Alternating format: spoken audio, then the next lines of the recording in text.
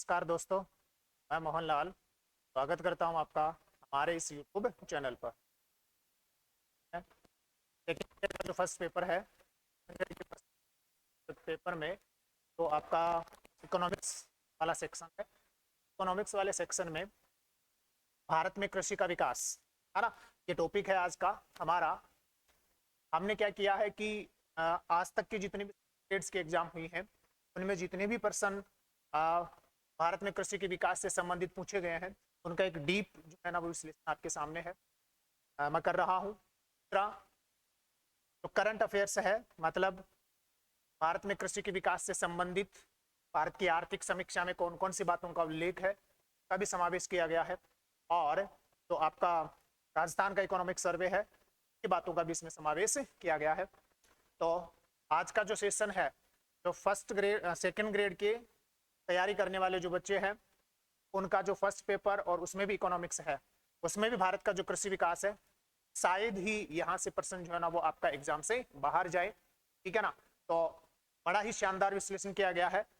भारत का economic survey और राजस्थान का जो इकोनॉमिक सर्वे है उनका समावेश किया गया है। जो प्रश्न पूछे गए हैं का डिटेल जो है ना वो एनालाइज किया गया है, उनका विश्लेषण किया गया है और भविष्य में जो है ना किस प्रकार के प्रश्न पूछे गए हैं उनका भी इसमें समावेश किया गया है। तो शुरू करते हैं, है ना। और उम्मीद है मुझे कि आप जो सभी लोग जो है ना इस सेशन को क्या करेंगे, एंजॉय करेंगे, ठीक है ना। तो एक बार के लिए, है ना, सबसे पहले वाला जो प्रश्न है आपका वो है कौन सा, है ना। पहला प्रश्न है, देखिएगा,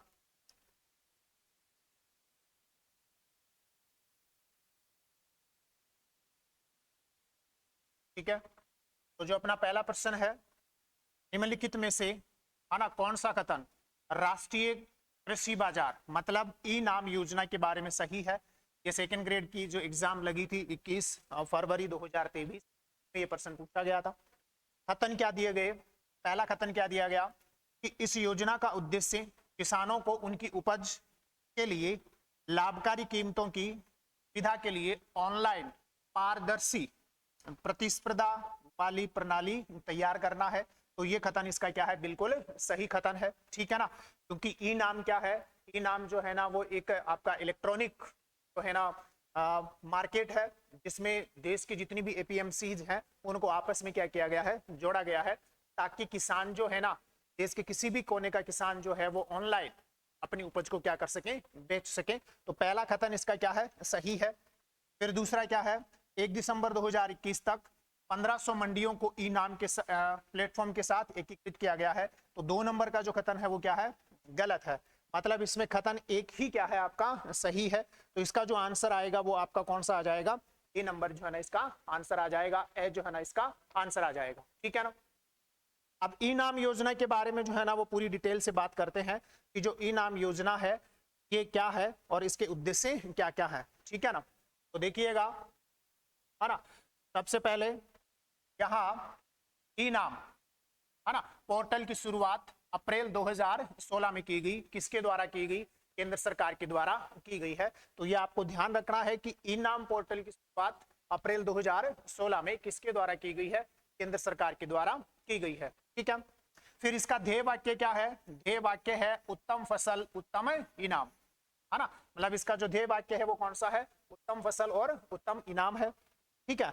अब देखो सबसे महत्वपूर्ण बात है कि 31 मई 2025 तक, लेटेस्ट आंकड़ा यही है, 31 मई 2025 तक 1522 मंडियों को, है ना, 1522 जो एपीएमसी की मंडियां हैं उनको ई नाम के साथ क्या कर दिया गया है, जोड़ दिया गया है, ठीक है ना।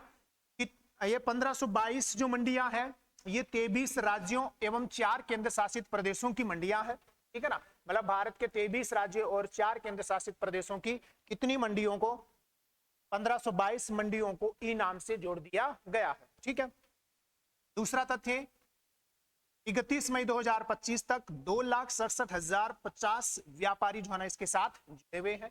मतलब अपन ऐसे बोल सकते हैं कि 2.67 लाख व्यापारी जो हैं वो किसके साथ जुड़े हुए हैं, ई नाम के साथ आपके जुड़े हुए हैं, ठीक है ना।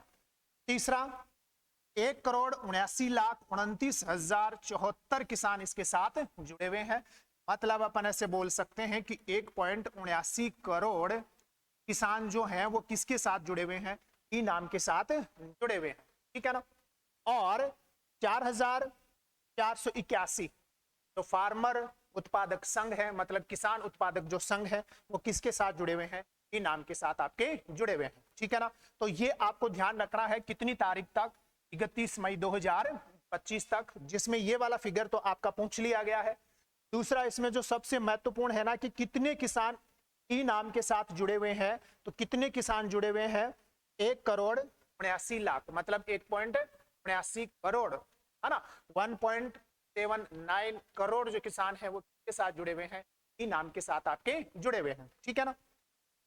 फिर आगे अगर देखें तो ई नाम, है ना, ई नाम है क्या, तो अगर ई नाम की अपन बात करें ना, तो ई नाम क्या है, देखो, नेशनल एग्रीकल्चर मार्केट, है ना। ई नाम कौन सा है, नेशनल एग्रीकल्चर मार्केट, मतलब राष्ट्रीय कृषि बाजार, एक Akhil Bharatiya electronic trading portal है जो कृषि उत्पादों के लिए, है ना, एकीकृत राष्ट्रीय बाजार बनाने हेतु मौजूदा एपीएमसी मंडीज को ऑनलाइन नेटवर्क से जोड़ता है। मतलब ये है क्या, ये एक अखिल भारतीय इलेक्ट्रॉनिक पोर्टल है ना, जो देश की सभी जो एपीएमसी मंडियां हैं उन सबको आपस में क्या करता है, एकीकृत करता है, और देश का कोई भी किसान, किसी भी कोने का रहने वाला किसान, है ना, किसी भी राज्य में क्या कर सकता है, अपनी उपज बेच सकता है, ठीक है ना, ध्यान रख लीजिएगा। और क्या है इसके बारे में बात, है ना, ये सबसे महत्वपूर्ण बात है जो आज तक एग्जाम में नहीं पूछी गई है, सेकंड ग्रेड में तो नहीं पूछी गई है। मतलब इस ई नाम जो पोर्टल है इसका संचालन कौन कर रहा है, इसका क्रियान्वयन करने वाली एजेंसी का नाम क्या है, ठीक है ना। तो ये सबसे महत्वपूर्ण बात है यहां देखो, लघु कृषक कृषि व्यापार संघ भारत सरकार के कृषि एवं किसान कल्याण मंत्रालय के अंतर्गत ई नाम को लागू करने के लिए प्रमुख एजेंसी है। मतलब ई नाम पोर्टल को लागू करने वाली जो एजेंसी है उसका नाम क्या है, लघु कृषक कृषि व्यापार संघ। ये किसके अधीन काम करता है, तो ये किसके अधीन काम करेगा, कृषि एवं किसान कल्याण मंत्रालय के अधीन काम करता है। तो आप ये ध्यान रख लीजिएगा, ये सबसे ज्यादा महत्वपूर्ण है, SFAC ई नाम जो है इसको लागू करने वाली प्रमुख एजेंसी है। तो सबसे महत्वपूर्ण बात है भैया, ये ध्यान रख लीजिए। फिर विजन क्या है, तो विजन तो वही है अभी, है ना, जितनी भी एपीएमसी मंडियां हैं उनको आपस में जोड़ना, किसानों को जो है ना अधिक से अधिक लाभ दिलवाना, यही इसका मेन उद्देश्य है, यही इसका विजन है। एक अखिल भारतीय जो है ना इलेक्ट्रॉनिक या ऑनलाइन मार्केट बनाना, यही इसका क्या है, उद्देश्य है, ठीक है ना। तो एकीकृत बाजारों में प्रक्रियाओं को सुव्यवस्थित करके खरीदारों और विक्रेताओं के बीच सूचनाओं की विषमता को दूर करना एवं, है ना, वास्तविक है ये, इसको सही कर लेना, वास्तविक मांग और आपूर्ति के आधार पर उचित वास्तविक मूल्य की खोज को बढ़ावा देकर कृषि विपणन में एकरूपता को बढ़ाना, ये इसका विजन है। मिशन क्या है, तो मिशन भी देख लीजिएगा, कृषि उत्पादकों के अखिल भारतीय व्यापार की सुविधा के लिए एक आम ऑनलाइन मार्केट प्लेटफॉर्म के माध्यम से देश भर के एपीएमसी का एकीकरण, समय पर ऑनलाइन भुगतान के साथ उत्पादन की गुणवत्ता के आधार पर पारदर्शी नीलामी प्रक्रिया के माध्यम से, है ना, बेहतर कीमत प्रदान करना। मतलब सभी को आपस में जोड़ना है, जितनी एपीएमसी मंडियां है। उद्देश्य क्या है, उद्देश्य है कि जो भी खरीदार है, जो विक्रेता है ना, उनके मध्य एक तो समन्वय स्थापित हो, किसान जो है ना वो अपनी उपज का अधिक से अधिक क्या ले सकें, है ना, मुनाफा कमा सकें, ठीक है ना। और जो भुगतान है वो भुगतान प्रणाली जो है वो भी क्या हो, बिल्कुल पारदर्शी हो। तो ये इसका क्या है, मेन ऑब्जेक्टिव है, ठीक है ना। तो बड़ी काम की है, सबसे महत्वपूर्ण इसमें है, इसको लागू करने वाली जो एजेंसी है वो आपको ध्यान में रखनी है, ठीक है। अब प्रश्न संख्या आपका 2 है।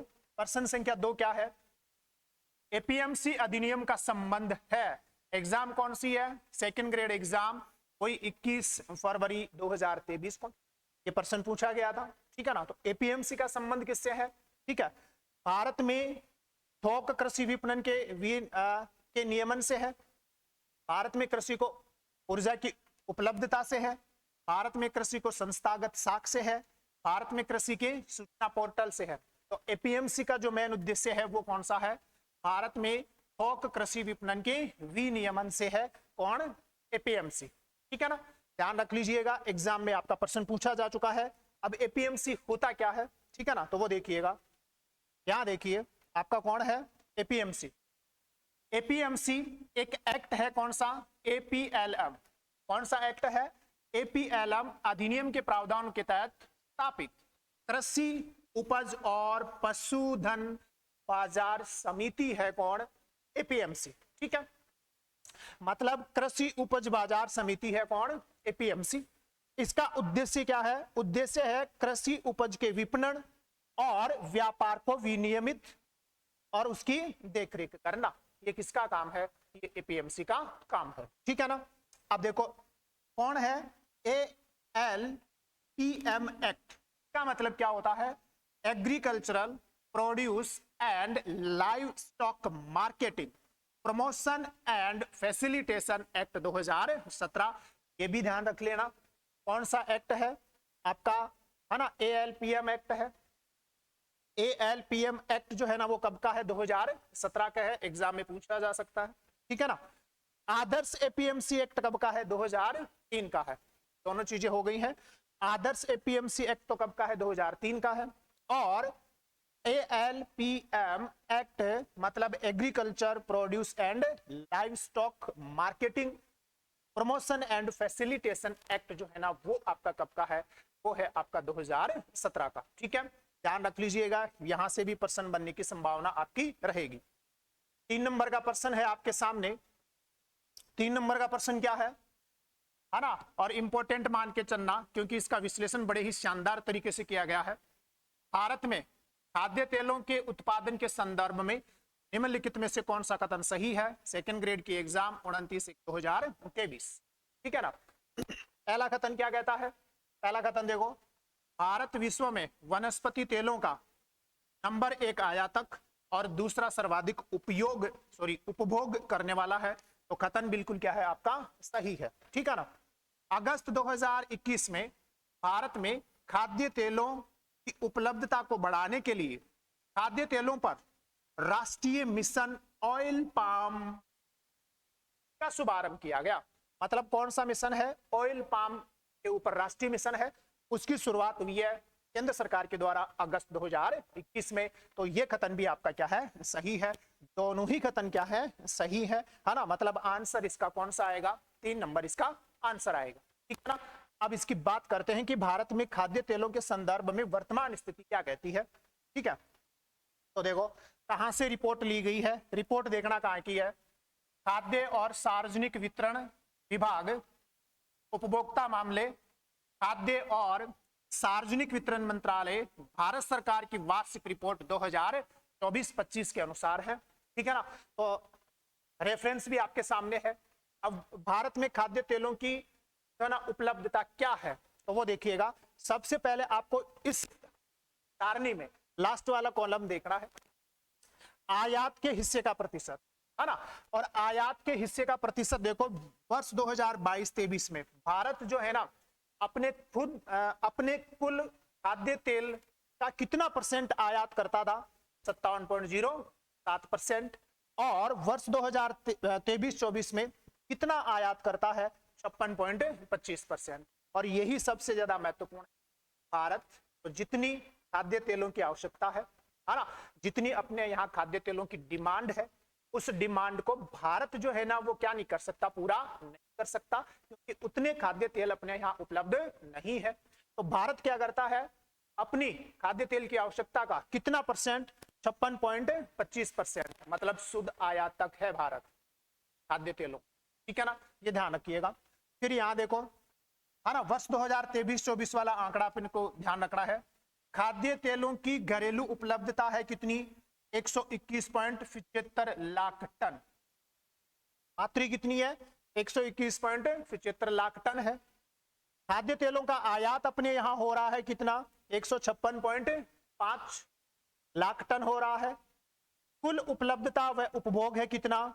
278.3 लाख टन, और आत्मनिर्भरता का प्रतिशत है मात्र कितना, मतलब अपने यहाँ ये जो खाद्य तेलों की घरेलू उपलब्धता है वो मात्र कितनी है, 43.74%। जितनी आवश्यकता है उसका कितना है, 43.74% के आसपास है ना। बाकी अपन मतलब अपन इसको 44% मान लेते हैं। भारत अपनी खाद्य तेल की आवश्यकता का कितना परसेंट पूरा करता है, मात्र 44%। 56% अपने को क्या करना पड़ता है, आयात करना पड़ता है। कौन सी रिपोर्ट कह रही है, ये जो मंत्रालय है भारत सरकार का उसकी रिपोर्ट कह रही है। तो ध्यान रख लीजिएगा, यहाँ ये वापस से प्रश्न आ सकता है। भारत विश्व में खाद्य तेलों का नंबर 1 आयातक बिल्कुल है, क्योंकि 56% आवश्यकता कर रहा है, और दूसरा सर्वाधिक उपभोग करने वाला देश है, तो बिल्कुल सही है। भारत अपनी कुल खाद्य तेलों की आवश्यकता का कितना परसेंट आयात करता है, 56.25, है ना। कैसे करता है, तो देखो देखो यहाँ है ना, काम की चीज। भारत अपनी खाद्य तेल आवश्यकता का लगभग 56% आयात करता है। कैसे आयात करता है वो काम की चीज है। देखो आयात किए गए तेलों में 1 नंबर तेल है कौन सा, पाम तेल। मतलब जितना अपन तेल आयात करते हैं खाद्य तेल, उसमें पाम ऑयल का परसेंटेज है 57%। 57% तो अकेले अपन क्या करते हैं, पाम ऑयल जो है ना वो आयात करते हैं। कहां से करते हैं, इंडोनेशिया और मलेशिया से करते हैं, ठीक है। दूसरा जो खाद्य तेल अपन आयात करते हैं, भारत जो आयात करता है वो है कौन सा, सोयाबीन। कितना परसेंट है, 30% है। और कहां से आयात करते हैं, अर्जेंटीना और ब्राजील से आयात करते हैं। सूरजमुखी जो है ना वो 22% आयात किया जाता है। जो रूस और कहां से आयात किया जाता है, यूक्रेन से। तो ये भी महत्वपूर्ण है, ध्यान रख लेना, है ना। अपनी आवश्यकता का 56% अपन आयात करते हैं। जितना भी अपन खाद्य तेल आयात करते हैं उनमें 57% कौन सा तेल होता है, पाम ऑयल, जो कहां से आयात किया जाता है, इंडोनेशिया और मलेशिया से। और पाम ऑयल होता है 57% जो इंडोनेशिया और मलेशिया से आयात होता है। सोयाबीन 30% आयात करते हैं, है ना, जो अर्जेंटीना और ब्राजील से है। और सूरजमुखी 22% आयात करते हैं, जो रूस और यूक्रेन से होता है, ठीक है, ध्यान रखना। फिर दूसरा महत्वपूर्ण क्या है, दूसरा महत्वपूर्ण देखो, देश के प्रति व्यक्ति खाद्य तेल की खपत, मतलब देश में प्रति व्यक्ति खाद्य तेल की खपत कब, वर्ष 2023-24 में, है ना, कितनी है, 21.80 किलोग्राम प्रति वर्ष है।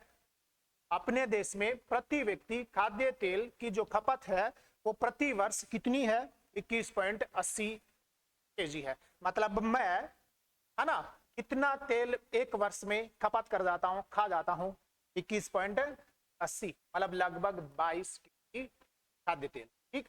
विश्व में ये कितना है, विश्व में देखो प्रति व्यक्ति खाद्य तेल की खपत वही वर्ष 2023-24 में कितनी है, 35 केजी, जबकि भारत में कितनी है, 21.80 केजी, ठीक है, ध्यान रख लीजिएगा। सबसे महत्वपूर्ण तथ्य दिए हैं आप लोगों को, ठीक है ना। आगे देखो, प्रश्न है जो आपका बी खत्म दिया गया था ना, उस प्रश्न में फिर मैंने प्रश्न बनाया है ना, किसके बारे में, राष्ट्रीय मिशन ऑयल पाम के संदर्भ में निम्नलिखित कथनों पर विचार कीजिए और सत्य कथनों का चयन कीजिए। मैंने प्रश्न ये बनाया है आप लोगों के लिए, है ना, प्रश्न आया हुआ नहीं है, बनाया हुआ है और लेटेस्ट जानकारी के साथ। देखो पहला कथन क्या कहता है, राष्ट्रीय खाद्य तेल मिशन ऑयल पाम का उद्देश्य ऑयल पाम क्षेत्र के विकास के लिए मूल्य श्रृंखला इकोसिस्टम स्थापित करके ऑयल पाम की खेती का विस्तार करना और कच्चे पाम तेल के उत्पादन को बढ़ावा देना है। तो पहला कथन क्या है, सही है, तो आपका ऑयल पाम मिशन है ना, ऑयल पाम का जो राष्ट्रीय मिशन है उसका ये पहला कथन क्या है, आपका सही है, ठीक है। दूसरा जो कथन है ना वो बहुत ज्यादा महत्वपूर्ण है। कथन देखो, मिशन के तहत mega oil palm plantation drive 15 जुलाई 2024 से 15 सितंबर 2024 तक चलाकर 15 राज्यों में 12,000 हेक्टेयर से अधिक क्षेत्र पर 17 लाख से ज्यादा ऑयल पाम पौधे लगाए गए, है ना, और इससे 10,000 से ज्यादा किसान क्या हुए, लाभान्वित हुए। मतलब एक ड्राइव चलाया गया था पाम ऑयल वृक्ष लगाने का। और वो ड्राइव कब चला? वो चलाया गया 15 जुलाई 2024 से 15 सितंबर 2024 तक चलाया गया। कितने राज्यों में चलाया गया? 15 राज्यों में चलाया गया। कितनी भूमि पर लगाए गए पाम ऑयल जो वृक्ष है? 12,000 हेक्टेयर पर। कितने लगाए गए? 17 लाख से ज्यादा। कितने किसान लाभान्वित हुए? 10,000 से ज्यादा। तो ये कथन भी आपका क्या है? सही है। दोनों ही कथन क्या है? सही है। ठीक है ना, ध्यान रखिएगा।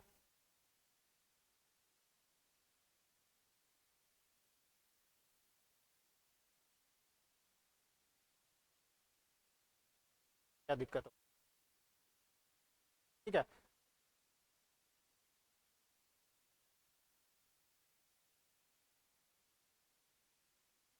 अब आगे देखिएगा।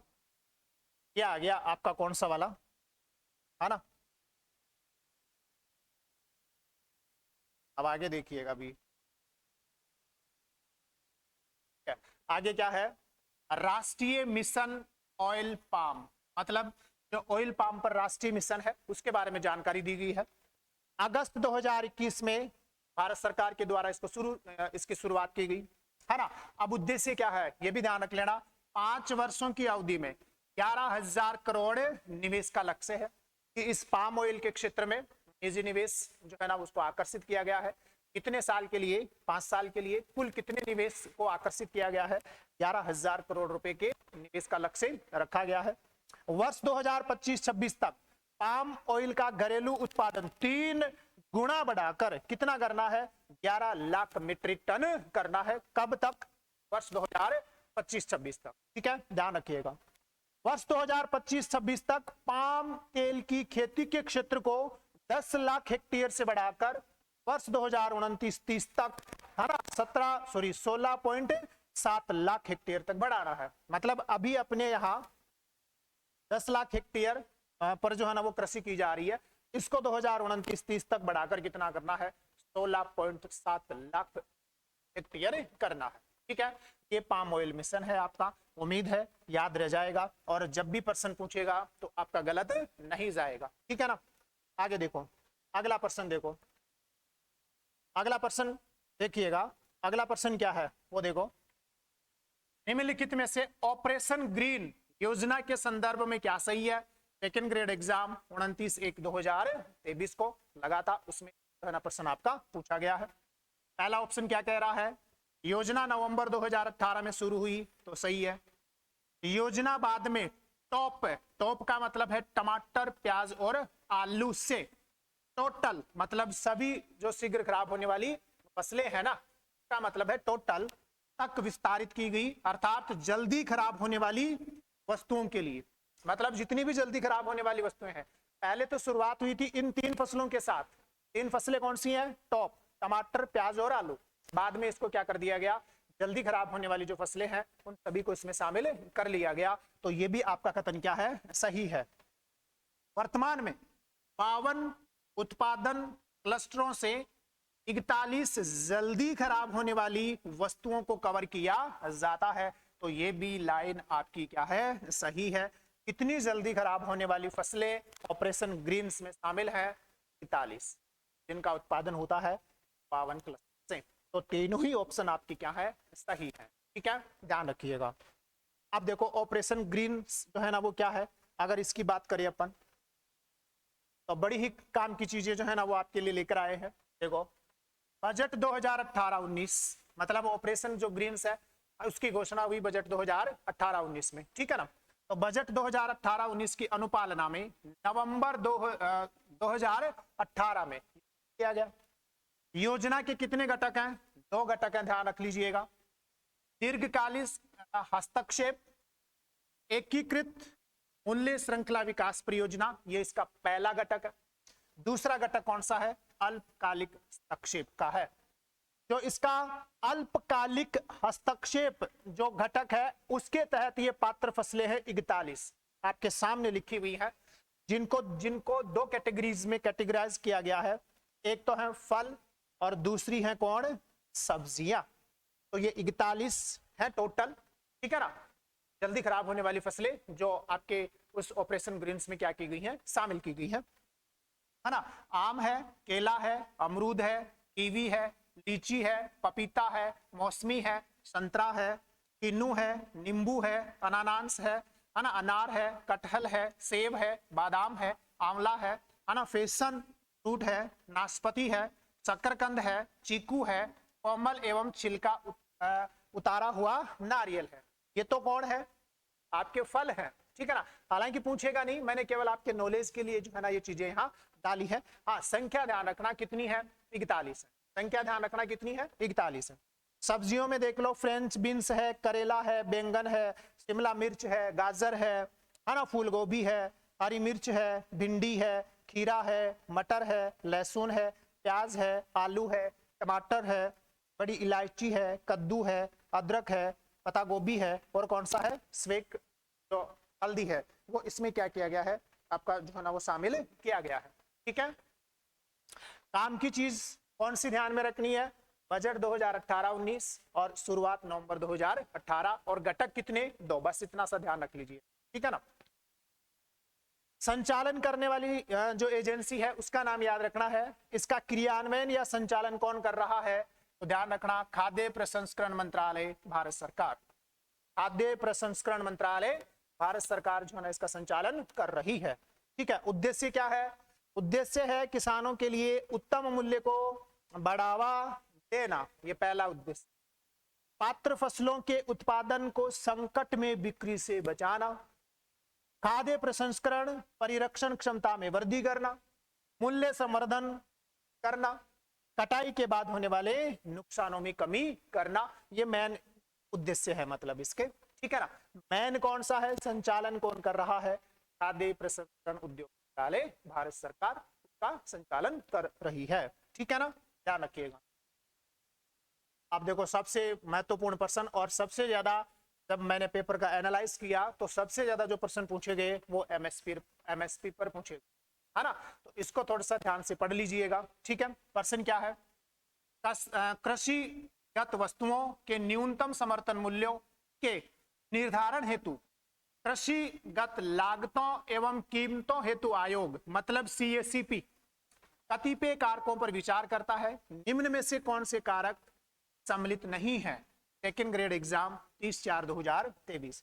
मतलब प्रश्न ये पूछना चाह रहा है कि जब भी सीएसीपी एमएसपी का निर्धारण करता है तो कौन से कारकों पर विचार करता है और कौन से कारकों पर विचार नहीं करता। यहां पूछा है कि वो कौन से कारकों पर विचार नहीं करेगा। ठीक है ना। तो देखो यहां उत्पादन की लागत पर करता है, घरेलू और अंतरराष्ट्रीय कीमतों पर भी करता है, पिछले 3 वर्षों के न्यूनतम समर्थन मूल्यों का औसत इसके ऊपर भी करता है, और सॉरी इस पर नहीं करेगा। फिर कौन आ गया, मांग पूर्ति की दशाएं, मांग पूर्ति की दशाएं करता है, किस पर नहीं करेगा, पिछले 3 वर्षों के न्यूनतम समर्थन मूल्य के औसत के ऊपर चर्चा नहीं करेगा। ठीक है, ये इसका क्या हो जाएगा, आंसर हो जाएगा। ठीक है ना। देखो मैं आपको पहले बता देता हूं, पहले सीएससीपी की तो बाद में बात करेंगे, ये कौन से कारकों के ऊपर जो है ना वो चर्चा करता है। ये देखो ये आपके कारक है ना। पहला कारक आपका कौन सा है, देखो सीएससीपी एमएसपी का निर्धारण करते समय निम्न कारकों पर विचार करता है। उत्पादन की लागत जो कि ऑप्शन में था, ठीक है ना, घरेलू और विश्व बाजारों में विभिन्न फसलों की समग्र मांग आपूर्ति वाला भी था, घरेलू एवं अंतरराष्ट्रीय कीमतें, ठीक है, ये भी ऑप्शन में था, अंतर फसल मूल्य समानता के ऊपर जो है ना वो विचार करता है, कृषि और गैर कृषि क्षेत्र के बीच व्यापार की शर्तों के ऊपर विचार करता है, शेष अर्थव्यवस्था पर मूल्य नीति का क्या प्रभाव पड़ेगा इसका भी विचार करता है, उत्पादन की लागत पर मार्जिन के रूप में न्यूनतम 50% जैसे महत्वपूर्ण कारकों पर क्या करता है, विचार करता है। ये 7 कारक हैं जिनके ऊपर सीएससीपी एमएसपी का निर्धारण करते समय विचार करता है। ठीक है, ध्यान रखिएगा, प्रश्न बना हुआ है, आगे भी आपका प्रश्न बन सकता है। ठीक है ना।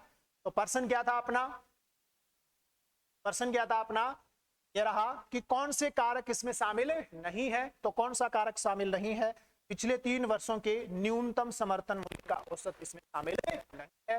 बाकी उत्पादन लागत, घरेलू अंतरराष्ट्रीय कीमतें और मांग पूर्ति की दशाएं, इनके ऊपर क्या करता है सीएससीपी आपका विचार करता है। ठीक है, अब थोड़ा सीएसीपी के बारे में चर्चा कर लेते हैं कि ये है क्या।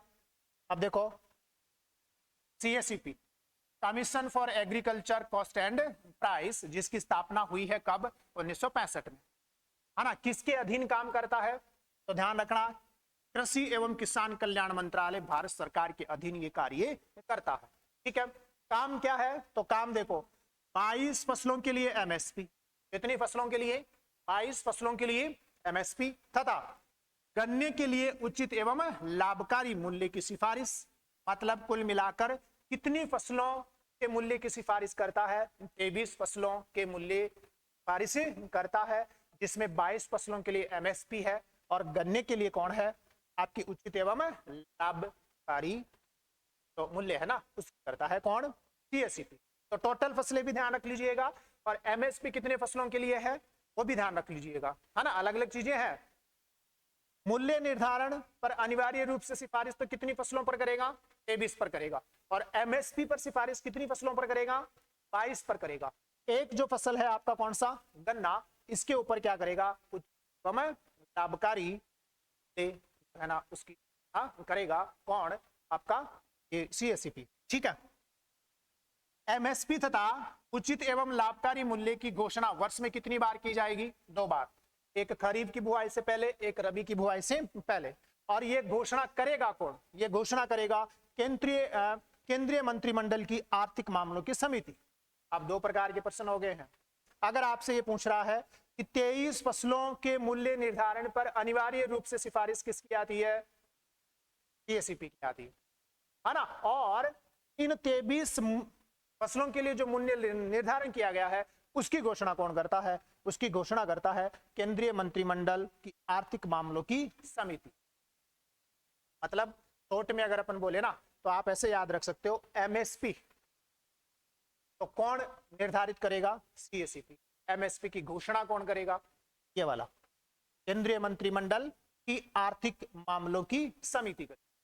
फिर एक नोट डाला हुआ है वो देखो, वर्ष 2018-19 के केंद्रीय बजट में एमएसपी को उत्पादन लागत के 1.5 गुना अथवा 50% के स्तर पर रखने के पूर्व निर्धारण सिद्धांत की घोषणा की। मतलब किसानों को उसकी उत्पादन लागत का 1.5 गुना तक क्या दी जाएगी, एमएसपी दी जाएगी। ये घोषणा कौन से बजट में हुई, ये घोषणा हुई बजट 2018-19। ठीक है, काम की चीजें हैं, ध्यान रखिएगा। सीएसीपी काम तो करता है किसके अधीन, कृषि एवं किसान कल्याण मंत्रालय।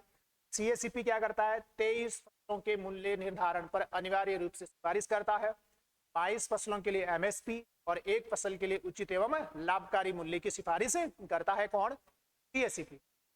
सीएसीपी ने जो सिफारिश की है, जो मूल्य निर्धारण किया है, उसकी घोषणा फिर कौन करता है, केंद्रीय मंत्रिमंडल की आर्थिक मामलों की समिति करती है।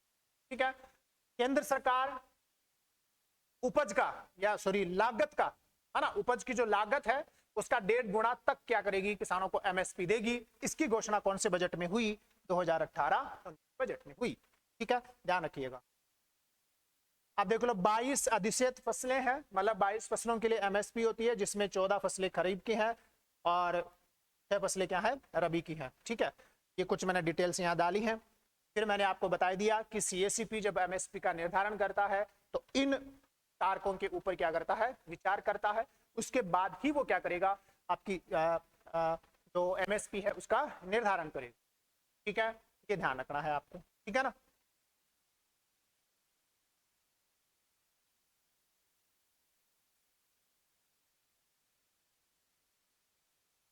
सब सही है ना। अगला प्रश्न देखिएगा, अगला प्रश्न क्या है, ये जो प्रश्न अभी आया था, निम्न में से कौन से बजट में सरकार ने घोषणा की कि भारत में कृषकों को उनकी उत्पादन लागत से कम 1.5 गुना न्यूनतम समर्थन मूल्य दिया जाएगा। सेकंड ग्रेड 31/7/2023, है ना। मतलब ये जुलाई में जो लगा था, 31 को नहीं लगा, 30 को लगा था, ये 30 जुलाई 2007 को जो लगा था। तो कौन सा बजट था आपका, संघीय बजट 2018-19 में, तो अभी हमने देखा है। ठीक है ना, ध्यान रखिएगा।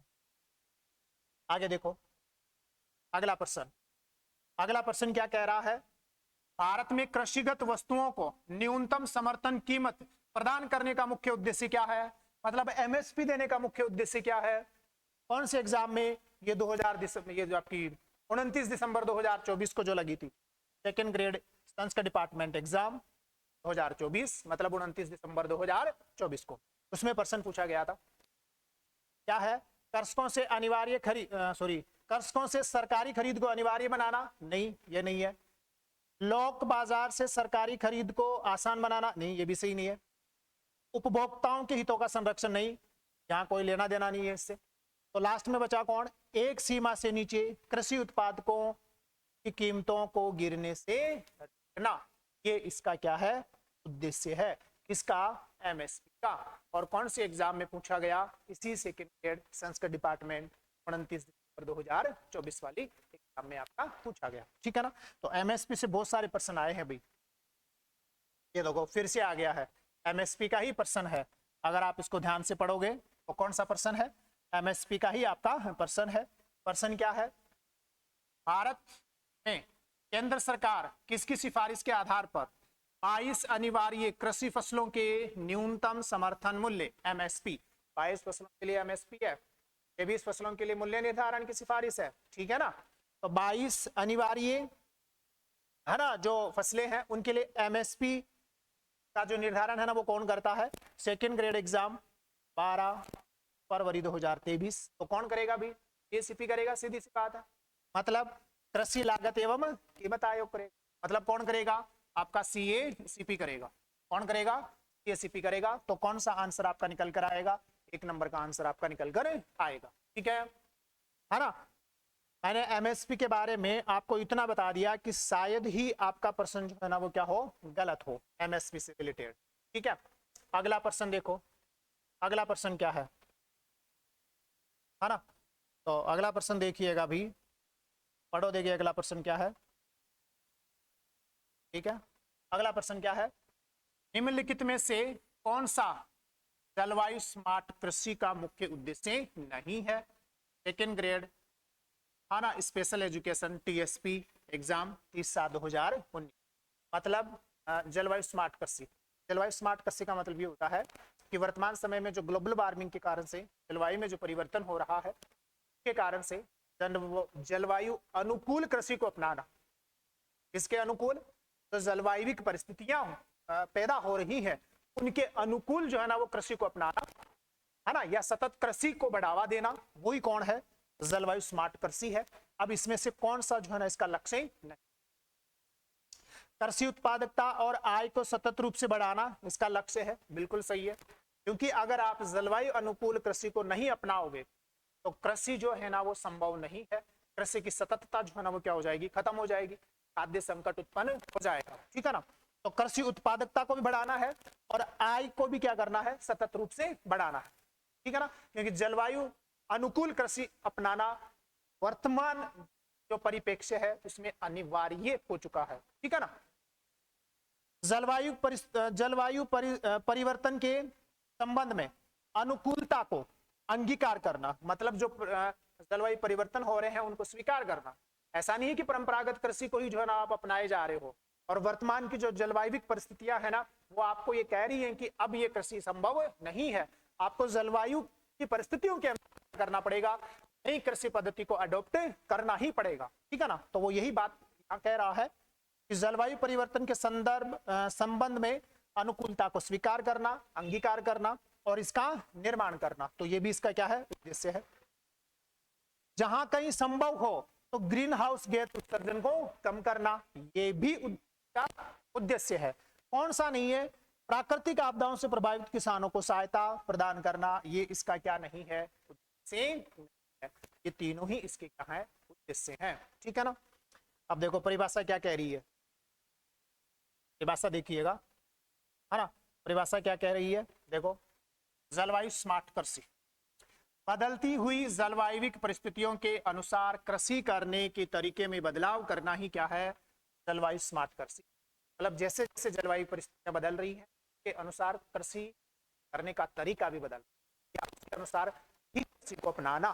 जैसी जलवायु परिस्थितियां है उसी के अनुरूप कृषि करना, वही कौन सी है, आपकी जलवायु स्मार्ट कृषि है। ये आज नितांत आवश्यकता, इस कृषि की आज क्या है, नितांत आवश्यकता है।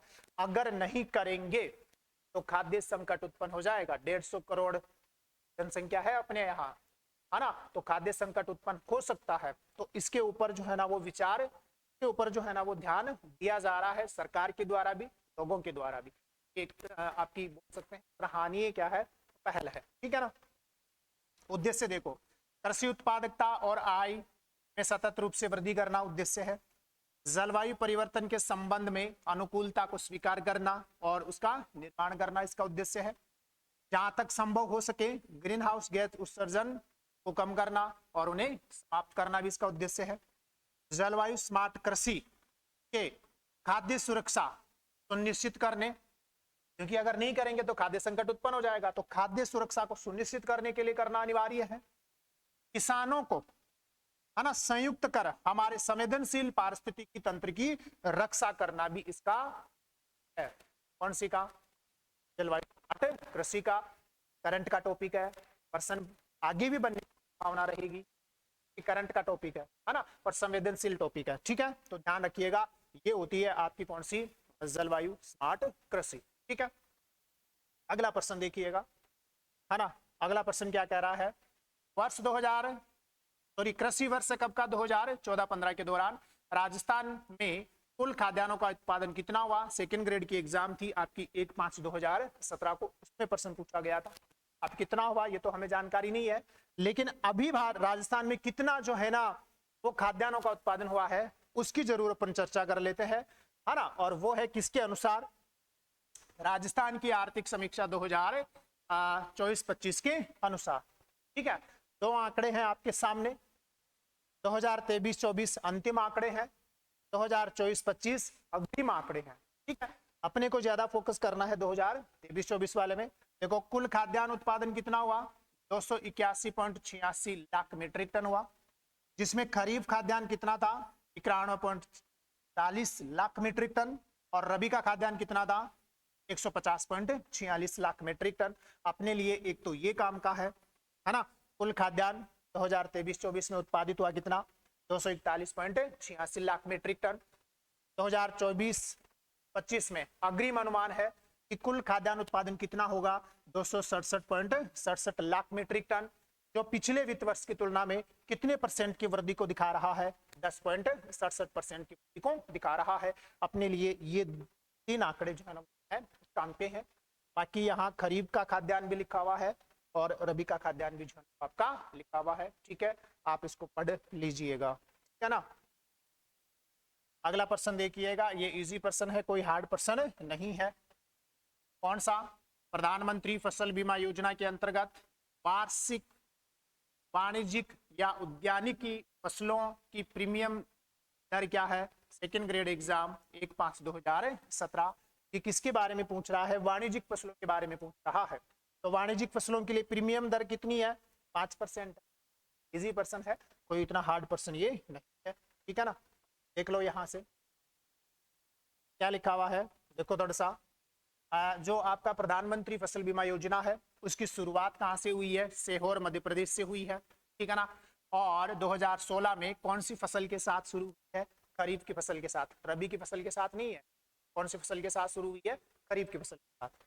उद्देश्य क्या है, प्राकृतिक आपदाओं रोगों के कारण फसल नुकसान की भरपाई के लिए अधिसूचित फसलों का बीमा जो है ना वो करना इसका उद्देश्य है, ताकि किसान को जो है ना वो नुकसान ना हो और किसान को जो है ना वो क्षति मिल सके। दे प्रीमियम राशि जो किसान को देनी होती है, रबी की फसल के लिए 1.5% की लागत है उसका, खरीफ की फसल के लिए 2% है, और वाणिज्यिक व बागवानी फसलों के लिए कितना है, 5% है, ठीक है ना। फसल कटाई के 14 दिन तक बाद का जोखिम भी इसमें क्या है, कवर किया गया है।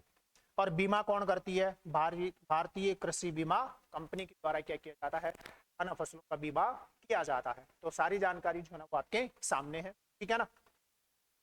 आगे देखिएगा, थोड़ा सा क्या है इसमें मैटर जो है ना वो बहुत ज्यादा उसका समावेश किया गया है, इसलिए थोड़ा सा फास्ट चलना पड़ रहा है ताकि शेष ज्यादा लंबा नहीं, है ना। आज तक की जितने सेकंड ग्रेड के प्रश्न पूछ का समावेश किया गया है, डिटेल्ड जो है ना उनका विश्लेषण भी किया गया है, और नए आंकड़ों का भी इसमें क्या किया गया है, समावेश किया गया है। इस वजह से थोड़ा सा फास्ट चलना मजबूरी है। ठीक है ना। अगला, भारत में स्वर्ण रेशा क्रांति का संबंध है, सेकंड ग्रेड, वही संस्कृत डिपार्टमेंट 29/12/2024 वाले में। मतलब ये पूछना चाह रहा है स्वर्ण रेशा क्रांति का संबंध किससे है, तो बिल्कुल इजी प्रश्न है, जूट के उत्पादन से क्या है संबंधित, ठीक है ना। कौन सी वाली, स्वर्ण रेशा जो क्रांति है इसका संबंध किससे है, उत्पादन से, ठीक है। अब देखो जो प्रसिद्ध क्रांतियां हैं उनकी डिटेल जो है ना वो यहाँ है, अगर कोई प्रश्न आगे से बनता है।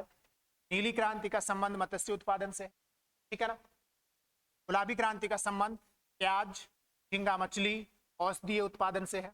कौन सी का, गुलाबी क्रांति का। लाल क्रांति जो है ना वो मांस एवं टमाटर उत्पादन से संबंधित है। पीली क्रांति जो है ना वो तिलहन उत्पादन से संबंधित है। धूसर क्रांति जो है वो किससे है, रसायन उर्वरक उत्पादन से संबंधित है।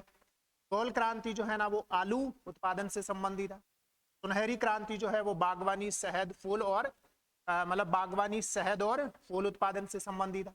सुनहरा रेशा जो पूछा गया था, जूट या पटसन उत्पादन से संबंधित है। श्वेत क्रांति दुग्ध उत्पादन से संबंधित है। काली क्रांति पेट्रोलियम उत्पादन से क्या है संबंधित है। बादामी क्रांति मसाला उत्पादन से संबंधित है। रजत क्रांति मुर्गी, कुक्कुट या फिर अंडा उत्पादन से संबंधित है। सेफ्रॉन क्रांति केसर उत्पादन से संबंधित है। भूरी क्रांति उर्वरक उत्पादन से क्या है संबंधित। तो अगर मान लो भविष्य में ऐसा कोई प्रश्न आता है तो एक बार आप इनको जरूर देख लीजिएगा, है ना। आगे देखते हैं प्रश्न क्या है। वर्ष 2023-24 में भारत में गेहूं का सर्वाधिक उत्पादन करने वाला राज्य कौन सा है, सेकंड ग्रेड संस्कृत डिपार्टमेंट 2024 जो आपकी 29 नवंबर को लगी थी, है ना। ये पूछ रहा है कि वर्ष 2023-24 में गेहूं का सबसे ज्यादा उत्पादन कौन से राज्य में हुआ है, ये पूछ रहा है। तो कौन से राज्य में हुआ है, उत्तर प्रदेश में हुआ है ना। देखो देखो कैसे हुआ है उत्तर प्रदेश में, यहाँ के आंकड़े देखना आप, आंकड़े देखो थोड़ा सा, शायद ये धुंधला नजर आएगा तो मैं थोड़ा सा जूम करके आपको दिखा देता हूँ, है ना। जूम करके मैंने आपको दिखाया, ये आंकड़ा कहाँ से लिया गया है, तो देखो कहाँ से लिया गया है, department of agriculture and farmer welfare, है ना। कौन सा डिपार्टमेंट है, department of agriculture and farmer welfare से ये आंकड़ा लिया गया है ना। और दो आंकड़े लिए गए हैं, ध्यान से देख रहा हूं। एक आंकड़ा तो देखो कौन सा है ना। एक आंकड़ा तो देखो कब का है, एक आंकड़ा तो है देखो यहाँ, है ना। तो देखना थोड़ा सा धुंधला नजर आएगा। एक आंकड़ा तो लिया गया है वर्ष 2023-24, ठीक है ना। तो वर्ष 2023-24 में उत्पादन क्रमशः कौन से क्रम में, आरोही क्रम में, है ना। ये गलत लिखा हुआ है, कौन से क्रम में है, ये आरोही क्रम में है, सॉरी अवरोही क्रम में है। कौन से क्रम में है, अवरोही क्रम, मतलब घटते हुए क्रम में है, ठीक है ना। तो थोड़ा सा सही कर लेना, ये अवरोही हो लिखा गया, अवरोही क्रम में है ना। तो ये दो प्रकार के, एक तो वर्ष 2023-24 के आंकड़े हैं और एक है 24-25 जो तीसरे अनुमान है ना। वो आप खुद पढ़ोगे, कौन सा वाला, 24-25 वाला। हमारा काम जो है ना वो यहां से है, क्योंकि यहां से यही इंपॉर्टेंट है और यहीं से जो है ना वो आपका प्रश्न टप होगा। अगर आप 2026 वाली एग्जाम दोगे तब आपके लिए कौन सा वाला महत्वपूर्ण है, 24-25 वाला, ठीक है ना, ध्यान रख लीजिएगा। तो मैं केवल किसकी चर्चा करूंगा, यहाँ 2023-24 के उत्पादन की चर्चा करूंगा, ठीक है। तो देखिएगा सबसे पहले जो फसल है ना, सबसे पहली जो फसल है वो आपके सामने है। देखो सबसे पहली फसल है चावल, ठीक है। वर्ष 2023-24 में चावल का सबसे बड़ा जो उत्पादक है वो तेलंगाना, 2 नंबर पर उत्तर प्रदेश, 3 नंबर पर पश्चिमी बंगाल और 4 नंबर पर कौन है, पंजाब। अपने को ध्यान रखना है वर्ष 2023-24 में चावल का सबसे बड़ा उत्पादक है तेलंगाना और 2 नंबर पर कौन सा है आपका, उत्तर प्रदेश, ठीक है। फिर कौन सा है, देखो गेहूं, गेहूं में कौन है, उत्तर प्रदेश, जो कि आपका प्रश्न पूछ भी लिया गया है 1 नंबर पर। 2 नंबर पर कौन है, मध्य प्रदेश, फिर पंजाब और कौन है, हरियाणा। तो अपने को मतलब आप लोग कम से कम कितने राज्य याद रखिएगा, 2-2 राज्य, ठीक है। चावल में तेलंगाना उत्तर प्रदेश, गेहूं में उत्तर प्रदेश और मध्य प्रदेश, ठीक है। फिर देखो मक्का, मक्का में कौन है, 1 नंबर पर बिहार, और ये इंपॉर्टेंट है भी, मक्का के संदर्भ में 1 नंबर पर कौन है, बिहार, और 2 नंबर पर कौन है, कर्नाटक। मक्का के संदर्भ में यहां बिहार आ गया है 1 नंबर के ऊपर, इस वजह से महत्वपूर्ण है, ठीक है, ध्यान रखिएगा। फिर है कौन सा, मक्का के बाद में जौ, और जो सबसे ज्यादा होता है राजस्थान में, कहां होता है? राजस्थान। और 2 नंबर पर आपका कौन सा? उत्तर प्रदेश। ठीक है ना। फिर देखो ज्वार, फिर कौन सी फसल आई? ज्वार। ज्वार में देखो 1 नंबर पर है महाराष्ट्र, पहले भी महाराष्ट्र था, और 2 नंबर पर कौन है? कर्नाटक। तो ध्यान रखना 2-2 राज्यों के नाम, महाराष्ट्र कर्नाटक, बाकी उत्तर प्रदेश है और राजस्थान है। बाजरा नो डाउट कौन है? राजस्थान। और ये जो आपका मंत्रालय है, ये जो डिपार्टमेंट है ना, ये जो डिपार्टमेंट था एग्रीकल्चर एंड फार्मर जो वेलफेयर डिपार्टमेंट है, उसके अनुसार बाजरा उत्पादन में राजस्थान का पहला स्थान। कितना परसेंट? 41.34% का योगदान है। तो ध्यान रखना राजस्थान 1 नंबर पर, उत्तर प्रदेश 2 नंबर पर बाजरा में। फिर गुजरात है और कौन है? हरियाणा है। रागी, रागी में तो कौन है? कर्नाटक है 1 नंबर पर, 2 नंबर पर आपका कौन सा है? तमिलनाडु है, 3 नंबर पर महाराष्ट्र, 4 नंबर पर उत्तराखंड है। ठीक है ना, ध्यान रखिएगा। और जो आजकल जिनके ऊपर बड़ी ही चर्चा चलती रहती है वो देखो, है ना, एक तो कौन सा आंकड़ा दिया गया है आपको? स्मॉल मिलेट्स का नाम दिया गया है। तो स्मॉल मिलेट्स में 1 नंबर पर कौन है? मध्य प्रदेश है, 2 नंबर पर आपका कौन सा है? उत्तराखंड है, और 3 नंबर पर उत्तर प्रदेश, और 4 नंबर पर कौन सा है? ओडिशा है। अपने को कौन सा ध्यान में रखना है? अपने को ध्यान में रखना है मध्य प्रदेश और कौन सा? उत्तर प्रदेश जो है ना, वो आपको क्या करना है? ध्यान में रखना है। ठीक है। फिर देखो श्री अन्ना न्यूट्री सीरियल मतलब पोषक तत्व, पोषक तत्व में 1 नंबर पर अपना राजस्थान। कितने परसेंट का योगदान? 27.80% का योगदान। ठीक है ना। और 2 नंबर पर आपका कौन सा है? उत्तर प्रदेश। 2 नंबर पर कौन सा है? उत्तर प्रदेश। ये ध्यान रख लीजिए। ठीक है ना। और ये काम के हैं। आगे देखो, अगला जो दिया गया है वो देखिएगा। फिर कौन से आ गए? मोटे अनाज। कौन है? मोटे अनाज 1 नंबर पर राजस्थान, 2 नंबर पर कर्नाटक। ठीक है ना। 3 नंबर पर उत्तर प्रदेश, 4 नंबर पर बिहार। अपने को 2 राज्य याद रखने हैं, राजस्थान और कौन सा? कर्नाटक। किसमें? पोषक अनाज में। अनाज अगर पूछ लेता है तो अनाज में देखो 1 नंबर पर उत्तर प्रदेश, 2 नंबर पर मध्य प्रदेश, है ना, और फिर कौन सा है? पंजाब और कौन सा? बिहार है। अपने को ध्यान में रखना है उत्तर प्रदेश और कौन सा? मध्य प्रदेश। ठीक है। फिर तूर है, मतलब तूहर के बारे में है, ये तो कोई ज्यादा इंपोर्टेंट नहीं है, याद रखना कर्नाटक और कौन सा है? महाराष्ट्र है। कर्नाटक और कौन सा? महाराष्ट्र। ठीक है ना, ध्यान रखिएगा। चना कौन सा आ गया आपका? चना। देखो चना में 1 नंबर पर आपका कौन है? मध्य प्रदेश, अभी राजस्थान हुआ करता था। 2 नंबर पर है महाराष्ट्र। तो ध्यान रखना मध्य प्रदेश और कौन? महाराष्ट्र। इसमें चना में। गन्ना में देखो 1 नंबर पर कौन है? उत्तर प्रदेश, 2 नंबर पर कौन है? महाराष्ट्र। गन्ना में ध्यान रखना 2-2। ठीक है ना, उत्तर प्रदेश और कौन सा? महाराष्ट्र। ठीक है, ध्यान रखिएगा, लेटेस्ट आंकड़े हैं, है ना। और लास्ट आपका कौन सा? कपास। कपास देखो, कपास में 1 नंबर पर है गुजरात, 2 नंबर पर है महाराष्ट्र, 3 नंबर पर है तेलंगाना, और 4 नंबर पर नाम आ रहा है किसका? राजस्थान का। वर्ष 2023-24 कपास के उत्पादन में 4थे स्थान पर आ रहा है कौन? राजस्थान। ठीक है ना। फिर यहाँ वो जूट में तो सबको पता है, जूट सबसे ज्यादा पश्चिमी बंगाल 1 नंबर पर, 80% से ज्यादा जूट जो है ना वो कहाँ होता है? पश्चिमी बंगाल में। फिर आपका बिहार है और कौन है? असम है। ठीक है, ध्यान रखिएगा। और लेटेस्ट आंकड़े हैं, फिर से बोल रहा हूं, अगर आप कौन सा वाला याद करना चाहते हो, अगर कौन सा वाला भी याद करना चाहते हो 2024-25 के तीसरे अग्रिम अनुमान भी अगर याद करना चाहते हो तो आपके सामने अवेलेबल है। ये पीडीएफ जो है ना वो टेलीग्राम के ऊपर डाल दूंगा, तो वहां से आप इसको प्राप्त कर सकते हैं। टेलीग्राम चैनल जो है ना वो कौन सा होगा, उसका लिंक जो है ना वो वीडियो के डिस्क्रिप्शन में आपको मिल जाएगा। जहां तक मुझे आइडिया है और मेरा जो अनुभव है उसके अनुसार आपको 2023-24 में उत्पादन कहाँ हुआ है, कौन सी फसल का सबसे ज्यादा, उसमें 2-2 राज्यों को आपको याद कर लेना चाहिए, है ना। ये वाला 2023-24। ठीक है। अब अगला प्रश्न देखो, तो हमने देख लिया, अगला प्रश्न देखिए। अगला प्रश्न, अगला प्रश्न क्या कह रहा है? राजस्थान में वर्ष 2014-15 में तिलहन पैदावार थी, मतलब 2014-15 में तिलहन पैदावार कितनी थी? ये प्रश्न पूछा गया सेकंड ग्रेड के एग्जाम में, कब? 2017 में।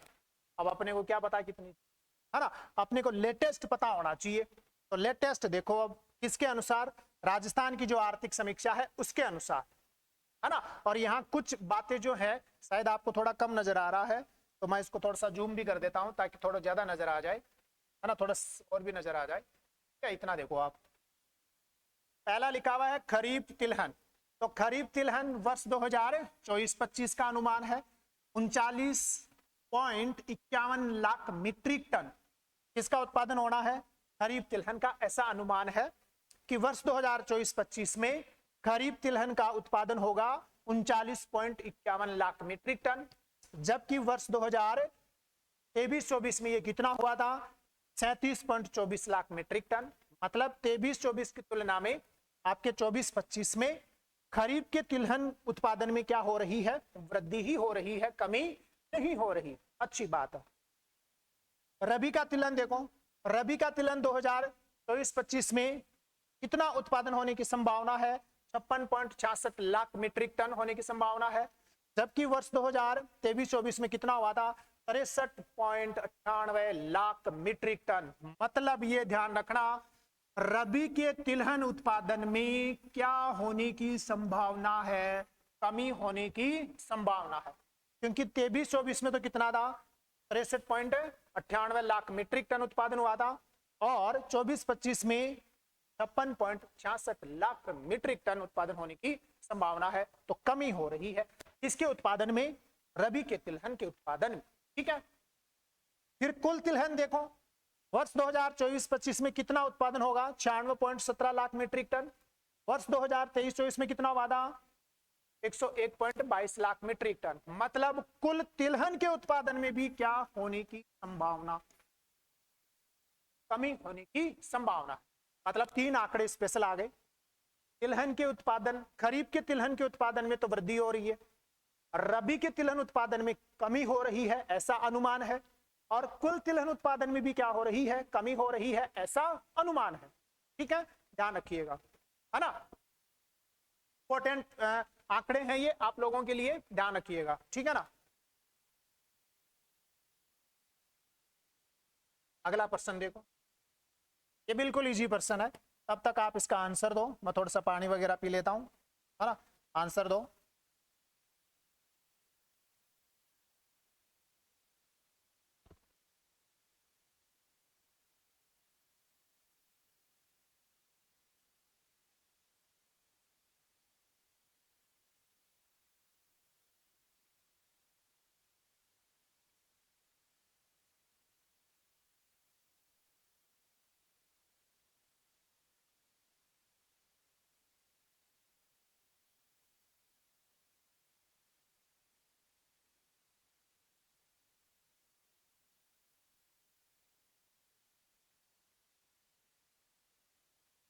ठीक है ना।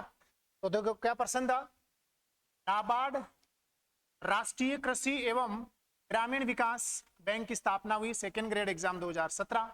तो कब हुई थी भैया इसकी स्थापना, 12 जुलाई 1982 को स्थापना हुई थी नाबार्ड की। ठीक है ना। अच्छा, नाबार्ड का उद्देश्य क्या है, तो देखो नाबार्ड का उद्देश्य क्या है, नाबार्ड एक विकास बैंक के रूप में एकीकृत ग्रामीण विकास को बढ़ावा देने, ग्रामीण क्षेत्रों की समृद्धि को सुनिश्चित करने के उद्देश्य से ग्रामीण क्षेत्रों में कृषि, लघु उद्योग, कुटीर एवं ग्रामोद्योग, हस्तशिल्प एवं अन्य ग्रामीण शिल्प और अन्य संबंध आर्थिक गतिविधियों के संवर्धन एवं विकास के लिए ऋण एवं अन्य सुविधाएं प्रदान करने और विनियमित करने और उससे जुड़े हुए उसके आनुषंगिक मामलों के लिए अधिकृत। मतलब कहने का मतलब ये है, नाबार्ड का जो उद्देश्य है ना, वो ग्रामीण क्षेत्र का विकास करना है, ग्रामीण क्षेत्रों में कृषि का विकास करना है। ठीक है ना। ग्रामीण क्षेत्रों में जो है ना लघु उद्योगों का स्थापना, लघु उद्योगों की स्थापना करने के लिए ऋण उपलब्ध करवाना है, हस्तशिल्प उद्योगों की स्थापना के लिए ऋण उपलब्ध करवाना है ना, और ग्रामीण क्षेत्रों में अवसंरचना के विकास के लिए जो है ना वो ऋण उपलब्ध करवाना है। कृषि के विकास के लिए जो सबसे बड़ी संस्था है वो कौन है, नाबार्ड है। मतलब ग्रामीण क्षेत्रों के विकास के लिए कार्य करता है कौन, नाबार्ड। ठीक है, बस ये ध्यान रखना है। ठीक है ना। अगला प्रश्न क्या है, प्रश्न है आर्थिक सर्वेक्षण 2017-18 के अनुसार है ना, वर्ष 2004 से 2016 के दौरान भारत के वास्तविक कृषि सकल घरेलू उत्पाद वृद्धि प्रतिशत में कितनी रही 2018 के सेकंड ग्रेड में। मतलब ये इकोनॉमिक सर्वे, भारत का जो इकोनॉमिक सर्वे है 2017-18 उसकी बात कर रहा है, और उसके अनुसार 2004 से 2016 के दौरान जो अपना एग्रीकल्चर सेक्टर है या कृषि एवं जो संबंध क्षेत्र है उसकी विकास दर वो पूछ रहा है। तो अपने को इससे तो कोई मतलब है नहीं, क्योंकि ये प्रश्न कोई रिपीट होने की संभावना नहीं है, और नहीं ये रिपीट होगा क्योंकि ये इकोनॉमिक सर्वे के अनुसार पूछा गया था। तो अब जब प्रश्न पूछेगा तो इकोनॉमिक सर्वे 2024-25 के अनुसार पूछेगा। तो आगे देखो, इसमें मैंने यहाँ लिख दिया है ना, और काम की चीज जो है ना वो आप लोगों के लिए लिखी गई है। भारत की आर्थिक समीक्षा 2024-25, इसमें क्या क्या बातें लिखी गई हैं वो थोड़ा सा ध्यान से देखिएगा। कृषि एवं संबंध क्षेत्र देश की जीडीपी में वर्तमान कीमतों पर वित्त वर्ष 2024 में लगभग कितने % का योगदान दे रहा है? 16% का योगदान। मतलब वित्त वर्ष 2024 में कौन सी कीमतों पर? वर्तमान प्रचलित कीमतों के ऊपर कृषि एवं संबंध क्षेत्र का योगदान लगभग 16% है, इकोनॉमिक सर्वे 2024-25 के अनुसार। ठीक है, तथा लगभग 46.1% आबादी जो है ना वो किस पर डिपेंड है? कृषि एवं संबंध क्षेत्र क्या है? डिपेंड है। ठीक है, और फिर ये इंपॉर्टेंट आ गया है, जो ऊपर प्रश्न पूछा गया है ना सेम उसी प्रकार का है। कृषि क्षेत्र वित्त वर्ष 2017 से वित्त वर्ष 2023 तक सालाना कितनी % की दर से बढ़ा है? कृषि एवं संबंध क्षेत्र में वित्त वर्ष 2017 से वित्त वर्ष 2023 के मध्य कृषि की विकास दर औसतन सालाना कितनी रही है? 5% रही। ध्यान रखना। और ये भी इंपॉर्टेंट है भैया, अगला तथ्य भी, कृषि एवं संबंध क्षेत्र का है ना CAGR मतलब चक्रवृद्धि वार्षिक वृद्धि दर, मतलब CAGR वर्ष 2011-12 से वर्ष 2021-22 तक कितना रहा है? 3.6% रहा है। और सबसे महत्वपूर्ण है, क्योंकि ऊपर वाला प्रश्न इसी प्रकार का प्रश्न था, आपको ध्यान रखना है कृषि एवं संबंध क्षेत्र का CAGR कब से कब तक? CAGR का मतलब होता है चक्रवर्ती वार्षिक वृद्धि दर, कब से कब तक? वर्ष 2011-12 से वर्ष 2021-22 तक कितना रहा? 3.6%। बहुत ही महत्वपूर्ण है, प्रश्न बनने की संभावना रहेगी। प्रश्न बनेगा भारत की आर्थिक समीक्षा या डायरेक्ट देगा आर्थिक समीक्षा 2023-24 के अनुसार, है ना। वर्ष 2011-12 से वर्ष 2021-22 तक कृषि एवं संबंध क्षेत्रों का CAGR था, कितना था? 3.6% था। ध्यान रख लीजिएगा, ठीक है ना, बड़ा ही काम का है ये लास्ट वाला। ठीक है, और क्या बोला गया है? अगला प्रश्न देख लो। अगला प्रश्न क्या कह रहा है? विगत कुछ दशकों में भारतीय कृषि परिदृश्य में कौन सी नवीन प्रवृत्तियां देखी गई हैं? Second grade exam Sanskrit department 2019। मतलब भारतीय जो कृषि है ना उसमें कौन कौन सी नवीन प्रवृत्तियां आई हैं, कौन कौन सी हमने जो है ना नवीन प्रवृत्तियां अपनाई हैं, उसके बारे में प्रश्न पूछा गया है। कृषि का व्यापारीकरण, ये पहली तो सही बात है। कृषि क्रियाओं में विविधता, बिल्कुल सही बात है। और कृषि का निगमीकरण, नहीं ये नहीं है ना, कॉर्पोरेट हाउसेज को थोड़ी हमने कृषि दे दी है। कृषि तो कौन कर रहा है? किसान ही कर रहा है। तो कृषि का क्या नहीं हुआ है? निगमीकरण नहीं हुआ है। ठीक है ना, तो इसमें दो ऑप्शन सही है, ए और ब जो है ना ऑप्शन सही है। अब बात करते हैं कि वर्तमान में भारतीय कृषि में कौन कौन सी नवीन प्रवृत्तियां आई है ना। ये देख लो, भारत में भारतीय कृषि में कौन सी कृषि में? भारतीय कृषि में देखना एक बात, भारतीय कृषि में नवीन प्रवृत्तियां कौन कौन सी आई हैं भैया? देखो, है ना, कृषि का व्यापारीकरण, कृषि का व्यापारीकरण हुआ है, ये तो बात है। कृषि क्रियाओं में विविधता आई है, मतलब किसान जो है ना वो परंपरागत कृषि को छोड़कर नवीन कृषि पद्धतियों की ओर जा रहे हैं, है ना, उनको अपना रहे हैं, उनकी कृषि कर रहे हैं, तो विविधता भी आई है। फसलों की विविधता भी आई है, ठीक है ना। जलवायु स्मार्ट कृषि को प्रोत्साहन, कौन सी कृषि को? जलवायु स्मार्ट कृषि, प्रश्न आया था ना, तो जलवायु स्मार्ट कृषि को प्रोत्साहन है, उसको अपनाया जा रहा है, ये वर्तमान की परिस्थितियां कह रही है ना। कृषि प्रौद्योगिकी और नवाचार को अपनाना, जैसे AI, ई गवर्नेंस, ई नाम, ड्रोन्स, जीआईएस, जीपीएस, एग्रिस्टिक्स, तो नवीन आपकी प्रौद्योगिकी है ना, उसका समावेश किया जा रहा है किसमें? कृषि में। तो नवीन कृषि प्रौद्योगिकियों का उपयोग किया जा रहा है कृषि में, नवाचार को बढ़ावा दिया जा रहा है किसमें? कृषि में। ठीक, कृषि में समग्र दृष्टिकोण का विकास हो रहा है, ठीक है ना।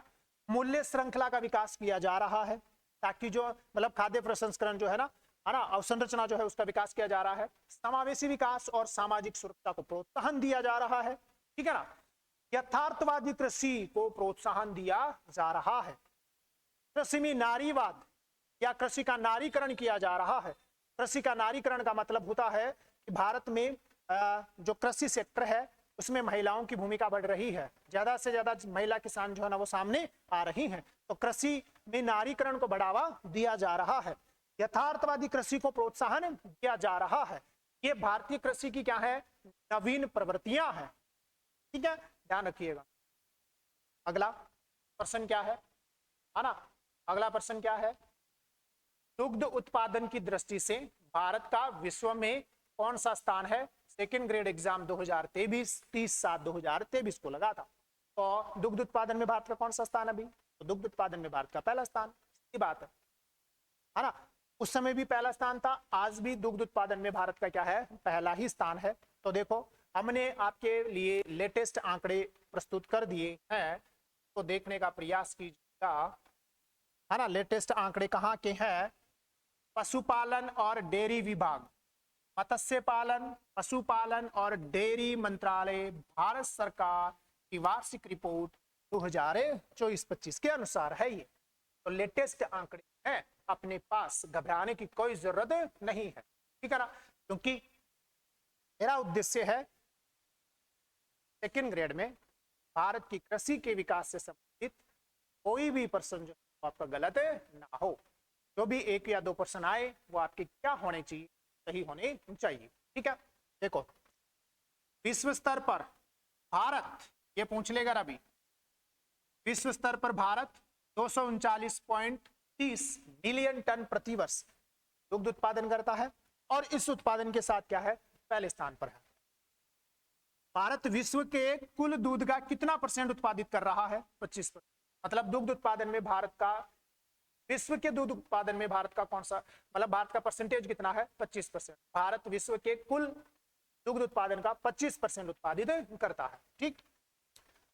फिर कुछ स्पेशल तथ्य डाले गए हैं। भारत चीन के बाद अंडा उत्पादन में दूसरे स्थान पर है। भारत मांस उत्पादन में कौन से स्थान पर है? चौथे स्थान पर है। ये आपकी इसी वार्षिक रिपोर्ट में कहा गया है कि भारत जो है ना वो दुग्ध उत्पादन में तो पहले स्थान पर है, अंडा उत्पादन में चीन के बाद दूसरे स्थान पर है, और मांस उत्पादन में कौन से स्थान पर है? चौथे स्थान, ठीक। वर्ष 2023-24 में प्रति व्यक्ति दूध की उपलब्धता भारत में 471 ग्राम प्रतिदिन है 471 ग्राम प्रतिदिन है। शीर्ष दुग्ध उत्पादक जो राज्य हैं उसमें 1 नंबर पर आपका उत्तर प्रदेश है 16% के साथ, मतलब सबसे बड़ा दुग्ध उत्पादक राज्य उत्तर प्रदेश। 2 नंबर पर अपना राजस्थान आता है, 14% का योगदान देता है। 3 नंबर पर मध्य प्रदेश आता है, 9% का योगदान देता है। 4 नंबर पर गुजरात और 5 नंबर पर महाराष्ट्र। अपने को 2 ध्यान रखने हैं, उत्तर प्रदेश और राजस्थान। सबसे बड़ा दूध उत्पादक राज्य उत्तर प्रदेश 16% के साथ, और दूसरा सबसे बड़ा उत्पादक कौन है? राजस्थान है ना। दूसरा सबसे बड़ा उत्पादक कौन है? राजस्थान है। और राजस्थान का जो योगदान है वो कितने % का है? ध्यान रखना 14% का है, ठीक है। यहां देखो शीर्ष ऊन उत्पादक राज्य इसी रिपोर्ट के अनुसार, तो सबसे बड़ा ऊन उत्पादक कौन है? राजस्थान 48%।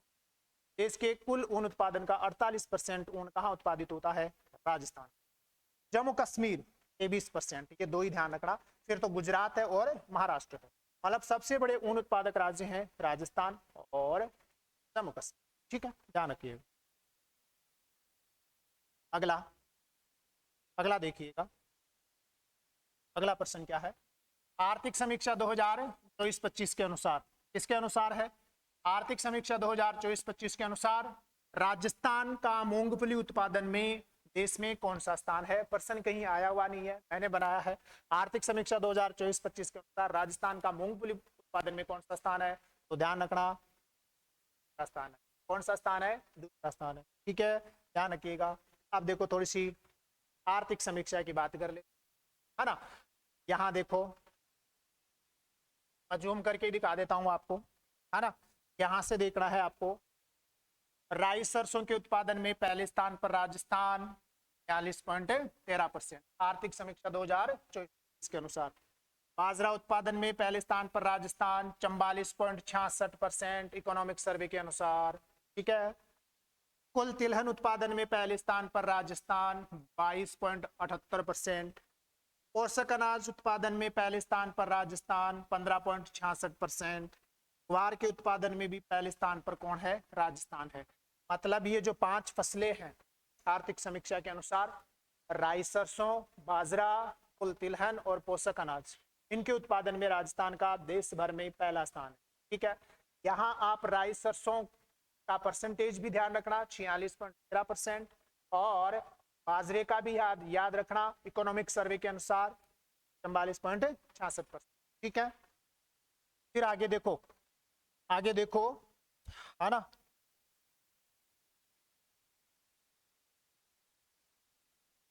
आगे देखिएगा, फिर आएगी मूंगफली, और मूंगफली उत्पादन में जो अभी प्रश्न था ना, तो मूंगफली उत्पादन में देखो देगा, मूंगफली उत्पादन में राजस्थान का देश भर में कौन सा स्थान है? ये रहा मूंगफली।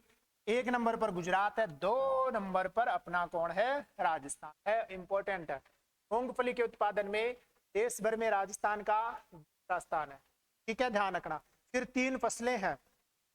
कितनी फसलें हैं? 3 फसलें हैं। थोड़ा सा ऊपर कर देता हूं, है ना।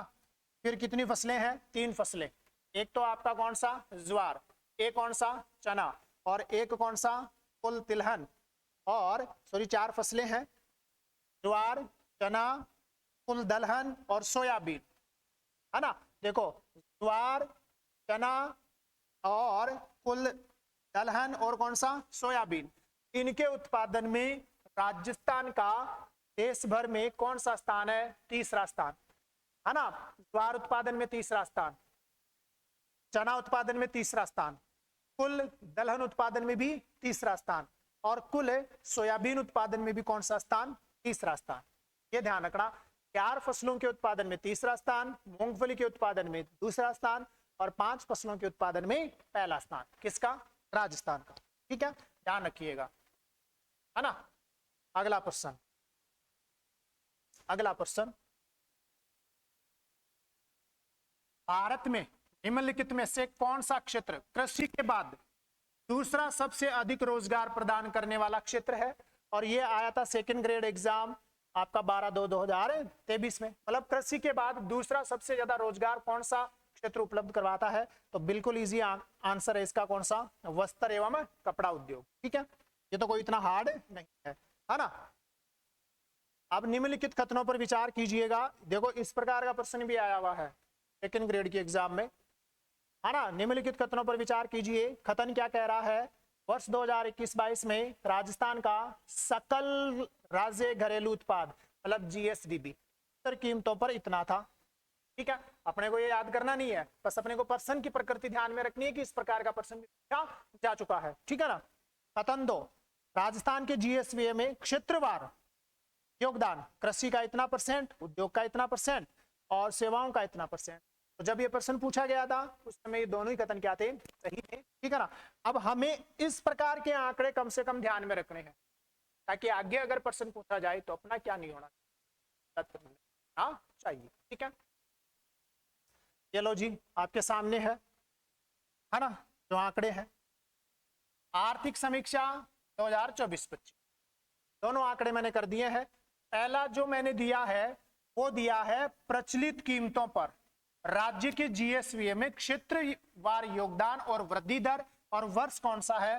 2024-25। मतलब 2024-25 में प्रचलित कीमतों के ऊपर राज्य के जीएसवीए में क्षेत्रवार योगदान भी दे दिया और वृद्धि दर भी दे दी इसमें। जैसे कृषि क्षेत्र का योगदान प्रचलित कीमतों पर वर्ष 2024-25 में कितना? 26.92%, और कृषि की विकास दर 11.44%, है ना। वापस से सुनना, यहां क्या लिखा हुआ है? कृषि क्षेत्र, कृषि क्षेत्र का राज्य के जीएसवीए में योगदान है कितना? 26.92%। कब है? वर्ष 2024-25 में है। कौन सी कीमतों पर है? प्रचलित कीमतों। मतलब राज्य के जीएसवीए में वर्ष 2023-24 में प्रचलित कीमतों पर राज्य के जीएसवीए में कृषि क्षेत्र का योगदान 26.92% का है और कृषि की विकास दर 11.44%। ठीक है। इसी प्रकार से उद्योग क्षेत्र का योगदान राज्य के जीएसवीए में वर्ष 2024-25 में कौन सी कीमतों के ऊपर? प्रचलित कीमतों के ऊपर, है ना, कितना परसेंट है? 27.16%। औद्योगिक क्षेत्र की विकास दर कितनी है? 7.88%, है ना। सेवा क्षेत्र का योगदान राज्य के जीएसवीए में वर्ष 2024-25 में कौन सी कीमतों पर? प्रचलित कीमतों पर कितना है? 45.92%। और सेवा क्षेत्र की विकास दर कितनी है? 12.29%। तो दोनों मैंने आंकड़े यहां दे दिए हैं। फिर स्थिर कीमतों पर राज्य के जीएसवीए में क्षेत्रवार योगदान, ऊपर वाला प्रचलित कीमतों पर है, ये स्थिर कीमतों पर है, वही वर्ष 2024-25 में। इसका पर्सन कैसे आएगा? राज्य के जीएसवीए में वर्ष 2024-25 में, है ना, स्थिर कीमतों पर कृषि क्षेत्र का योगदान राज्य के जीएसवीए में कितना है? 26.54%। यहाँ कितना था? 26.52%, है ना। तो यहाँ कितना है? 26.54%। वृद्धि दर कितनी है? 5.05%। यहाँ कितनी थी? 11.44%। ठीक है। फिर राज्य के जीएसवीए में वर्ष 2024-25 औद्योगिक क्षेत्र का योगदान स्थिर कीमतों पर 28.39% है। सेवा क्षेत्र का योगदान 45.07% है। औद्योगिक क्षेत्र की विकास दर 5.77% है। सेवा क्षेत्र की विकास दर 7.38%। ठीक है, शायद याद रह जाएगा, है ना, देखना इसको। फिर तीसरा क्या लिखा हुआ है? कृषि एवं संबंध क्षेत्र का CAGR मतलब चक्रवर्ती वार्षिक वृद्धि दर वर्ष 2020-21 से 2024-25 तक, इसको भी इंपोर्टेंट मान के चल लेना भी, है ना। स्थिर कीमतों पर है 3.94%, प्रचलित कीमतों पर है 9.64%। मतलब कृषि का CAGR पूछा गया है राजस्थान में, मतलब राजस्थान में कृषि एवं संबंध क्षेत्र का CAGR वर्ष 2020-21 से 2024-25 के मध्य स्थिर कीमतों पर तो है 9.94%, प्रचलित कीमतों पर है 9.64%। ठीक है, आगे देखो। अब भारत की आर्थिक समीक्षा के बारे में, है ना, जितने भी पर्सन थे वो मैंने कंप्लीट करवा दिए। भारत की आर्थिक समीक्षा के बारे में कुछ स्पेशल टॉपिक्स जो है ना वो डाले गए हैं भारत के संदर्भ में, है ना, उन्हीं की थोड़ी सी चर्चा कर लेते हैं। पहला यहाँ लिखा हुआ है भारत की आर्थिक समीक्षा 2024-25। इसमें क्या है? एक टॉपिक डाला गया है भारत की पुष्प कृषि एक उभरता हुआ उद्योग। तो आपको भारत में पुष्प कृषि के बारे में थोड़ा सा ध्यान में रखना है ना, क्या क्या बातें लिखी हुई हैं। भारत का देखो, भारत का पुष्प कृषि उद्योग एक उच्च प्रदर्शन करने वाले क्षेत्र के रूप में विकसित हुआ है, जिसे 100% निर्यात नीति के साथ उभरते उद्योग के रूप में अपनी स्थिति अर्जित की है। मतलब भारत का जो कृषि उद्योग है ना वो किसके रूप में उभर रहा है? उभरता हुआ एक उद्योग। भारत का कृषि उद्योग एक उभरता हुआ उद्योग है, ये ध्यान रखना है। ये काम की लाइन है ना। पुष्प कृषि के अंतर्गत सीमांत और छोटे भूस्वामियों के लिए ये एक कैसा उद्योग है? ये एक जो है ना आशाजनक उद्योग। मतलब इससे पुष्प कृषि का सबसे ज्यादा जो लाभ मिल रहा है वो सीमांत एवं छोटे कृषकों को मिल रहा है। कैसे? कुल भूस्वामियों के 96% से अधिक और पुष्प कृषि के अंतर्गत कुल क्षेत्र का 63% के बराबर है। इसका मतलब यह है कि जो छोटे किसान है ना, उस छोटे किसानों का लगभग 96% जो छोटे किसान है, मतलब सीमांत एवं छोटे किसान 96% तक वो क्या कर रहे हैं? पुष्प कृषि कर रहे हैं। जो कुल पुष्प कृषि के अंतर्गत आने वाले क्षेत्रफल के कितने % भूभाग को कवर कर रहे हैं? 63%। मतलब सबसे ज्यादा लाभ इसको किसको मिलेगा? इन छोटे किसानों को मिलेगा। तमिलनाडु, कर्नाटक, मध्य प्रदेश, पश्चिमी बंगाल, उत्तर प्रदेश, महाराष्ट्र राज्यों के उद्यमियों ने परिष्कृत निर्यात, है ना, उन्मुख फूलों की खेती इकाइयां स्थापित करके इस अवसर का लाभ उठाया है। मतलब ये जो पुष्प कृषि पर आधारित जो उद्योग है उनकी स्थापना सबसे ज्यादा कहां हुई है? तमिलनाडु, कर्नाटक, मध्य प्रदेश, बंगाल, उत्तर प्रदेश और महाराष्ट्र में। वर्ष 2024 में लगभग 297,000 हेक्टेयर फूलों की खेती की गई, जिसमें से है ना, जिससे अनुमानित 2,284,000 टन ढीले फूल है ना और 947,000 टन कटे हुए फूल जो है ना वो प्राप्त हुई।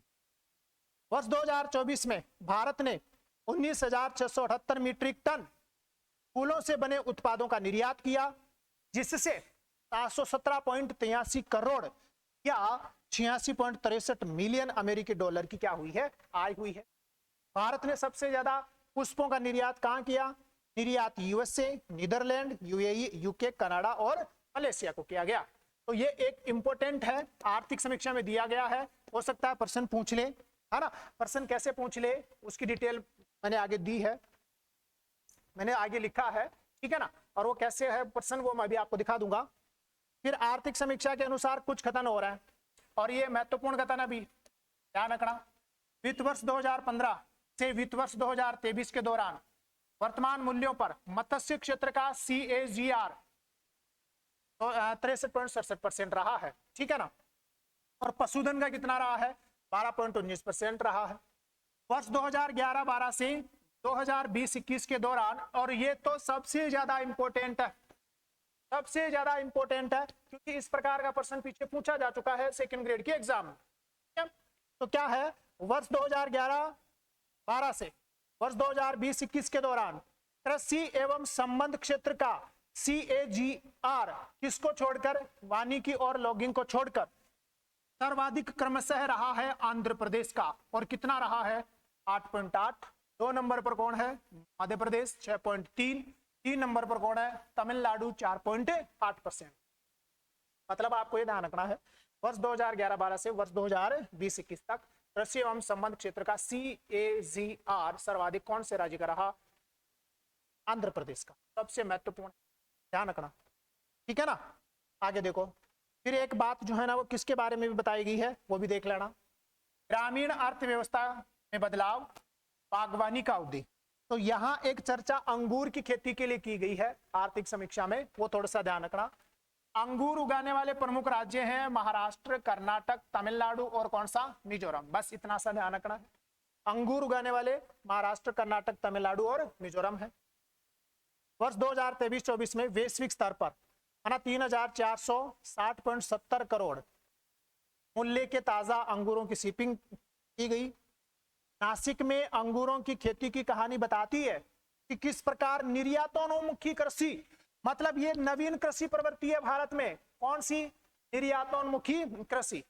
प्रौद्योगिकी, सामूहिक प्रयास किसी क्षेत्र की सामाजिक आर्थिक परिस्थितियों को बदल सकते हैं। ये नवीन प्रवृत्तियां हैं भारतीय कृषि की, ध्यान रखना। ये भारत की 2/3, अभी इंपोर्टेंट वापस से आ गया है, भारत की 2/3 से अधिक कृषि भूमि सूखे के खतरे का सामना करती है। मतलब 2/3 से अधिक भूमि प्रतिवर्ष सूखे का सामना करती है। राष्ट्रीय अनुमानों के अनुसार भारत में सूखे की संभावना 35% है। हर साल भारत में यह संभावना है कि 35% ये संभावना रहती है कि सूखा गिरेगा, सूखा पड़ेगा। 35% संभावना है, जो पूरे देश में अलग अलग है, जो पूरे देश में अलग अलग है। जैसे शुष्क आर्द्र क्षेत्रों में 20% की संभावना, जबकि अपने वाले क्षेत्रों में मतलब शुष्क क्षेत्रों में 40% से अधिक है। मतलब आपको ये ध्यान रखना है भारत की 2/3 कृषि हर वर्ष सूखे का सामना करती है। भारत में प्रतिवर्ष 35% संभावना है कि सूखा गिरेगा, और जो शुष्क क्षेत्र है राजस्थान वाला जो भाग है ना, वहां 40% संभावना है कि क्या होगा? सूखा गिरेगा, ठीक है ना। ये इकोनॉमिक सर्वे कह रहा है, मैं नहीं कह रहा। अब यहां से देखो, यहां से क्या प्रश्न है? सिंचाई, ए नंबर सिंचाई में क्या कह रहा है?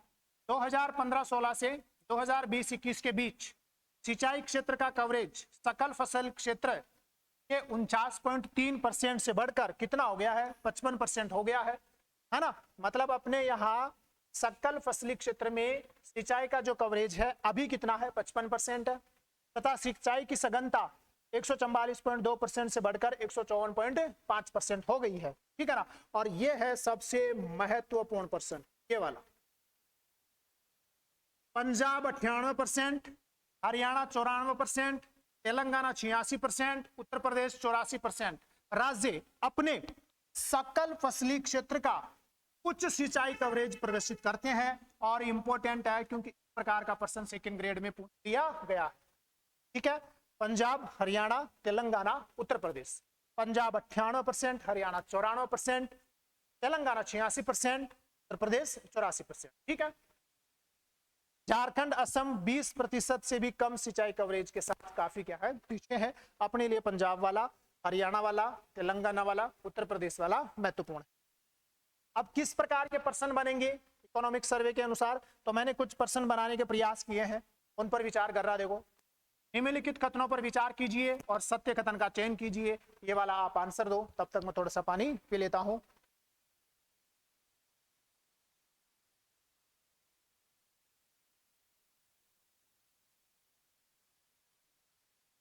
है ना, थोड़ा सा धूम ज्यादा हो रहा है ये, है ना। एक मिनट रुकिएगा।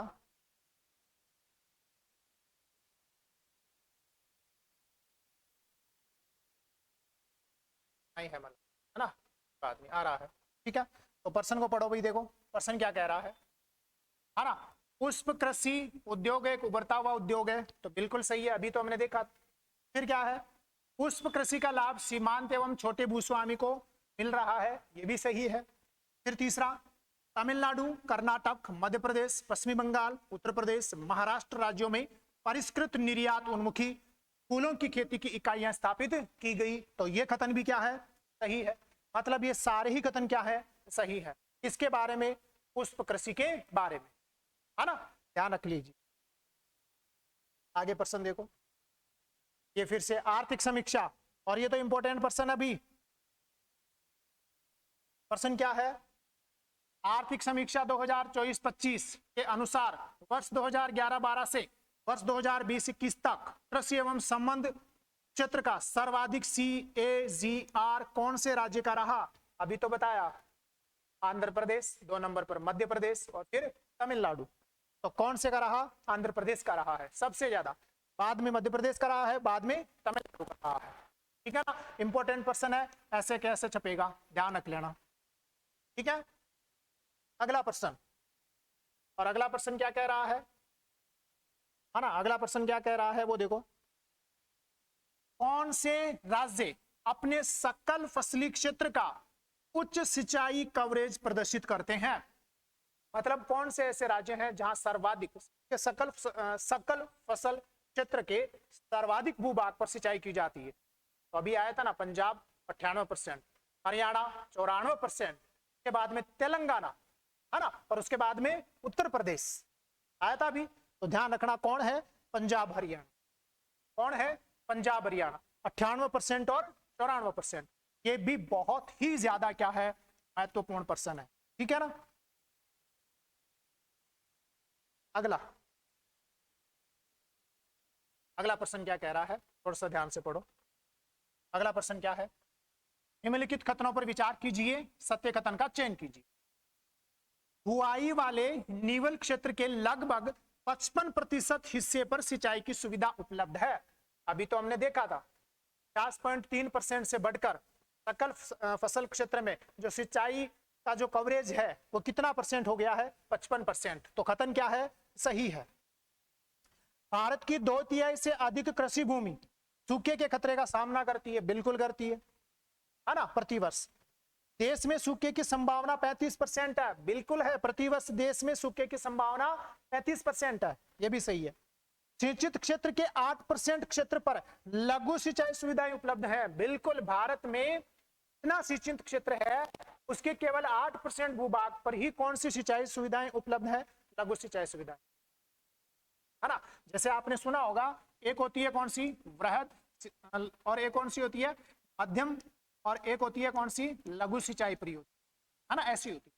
वृहद सिंचाई परियोजना जो 10,000 हेक्टेयर से ज्यादा भूमि पर जो है ना वो क्या करती है, सिंचाई उपलब्ध कराती है। मध्यम वो होगी जो 2,000 से 10,000 हेक्टेयर के बीच में करवाई, और लघु वो होती है जो 2,000 हेक्टेयर से कम भूभाग पर क्या करती है, सिंचाई सुविधा उपलब्ध करवाती है। अब भारत में 55% जो सकल फसल क्षेत्र है उसके 55% पर सिंचाई सुविधाएं उपलब्ध है। इनमें से 8% ही कौन सी है, लघु सिंचाई परियोजना है। ये बहुत ही इंपॉर्टेंट है लास्ट वाला। तो ये सारे ही कथन क्या है आपके, सही है। ठीक है, इनमें से कोई सा कथन भी आपका एग्जाम में पूछ लेगा, ध्यान रख लीजिए, ठीक है ना। अब देखो फिर से महत्वपूर्ण है ना, और इसको तो आप ध्यान से पढ़ ही लेना कि प्रश्न पूछेगा ये। कौन है? किसान ऋण पोर्टल। कौन है? किसान ऋण पोर्टल।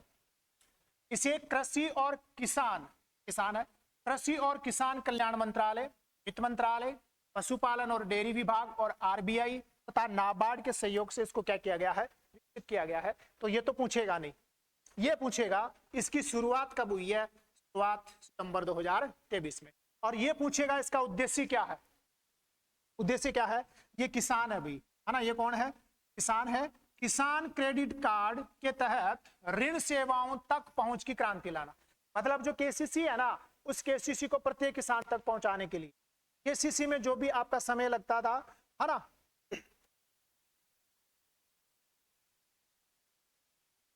केसीसी में जितना भी समय जो है ना वो आपका लगता था, जो भी मतलब प्रोसेस थी, है ना, तो सरकारी प्रोसेस होती है, चूंकि टाइम लग सकता है ऋण प्राप्त होने में, 2 महीने 2.5 महीने 3 महीने जो भी समय लगता था, उनको कम करना है, प्रत्येक किसान को जो है ना केसीसी से जोड़ना, इसका मेन उद्देश्य है।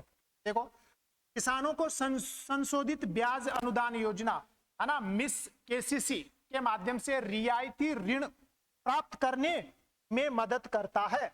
और किसान ऋण पोर्टल, ठीक है ना। किसान ऋण पोर्टल एक एकीकृत केंद्र के रूप में कार्य करता है, जो किसान डेटा, ऋण वितरण की विशिष्टताओं, ब्याज अनुदान के दावों और योजना उपयोग की प्रगति का व्यापक दृष्टिकोण प्रदान करता है। मतलब ये किसान का डेटा भी रखेगा, ठीक है, और जो ऋण है ना वो कौन से पर्पज से दिया जा रहा है उसकी पूरी डिटेल यहां रहेगी, है ना। और दावे और योजना, मतलब किसके लिए जो है ना वो आपका ऋण लिया जा रहा है, उस योजना की प्रगति कितनी, सब डाटा यहां रखेगा। ये है कौन? किसान ऋण पोर्टल। पर्सन कैसे बनेगा मैं भी बताऊंगा, पर्सन कैसे बनेगा। फिर एक नया नवाचार और है, उस नए नवाचार का नाम है विंड्स मैनुअल। नए नवाचार, कृषि में एक नया नवाचार आया है जिसका नाम क्या है? Winds manual. विंड्स मैनुअल क्या है?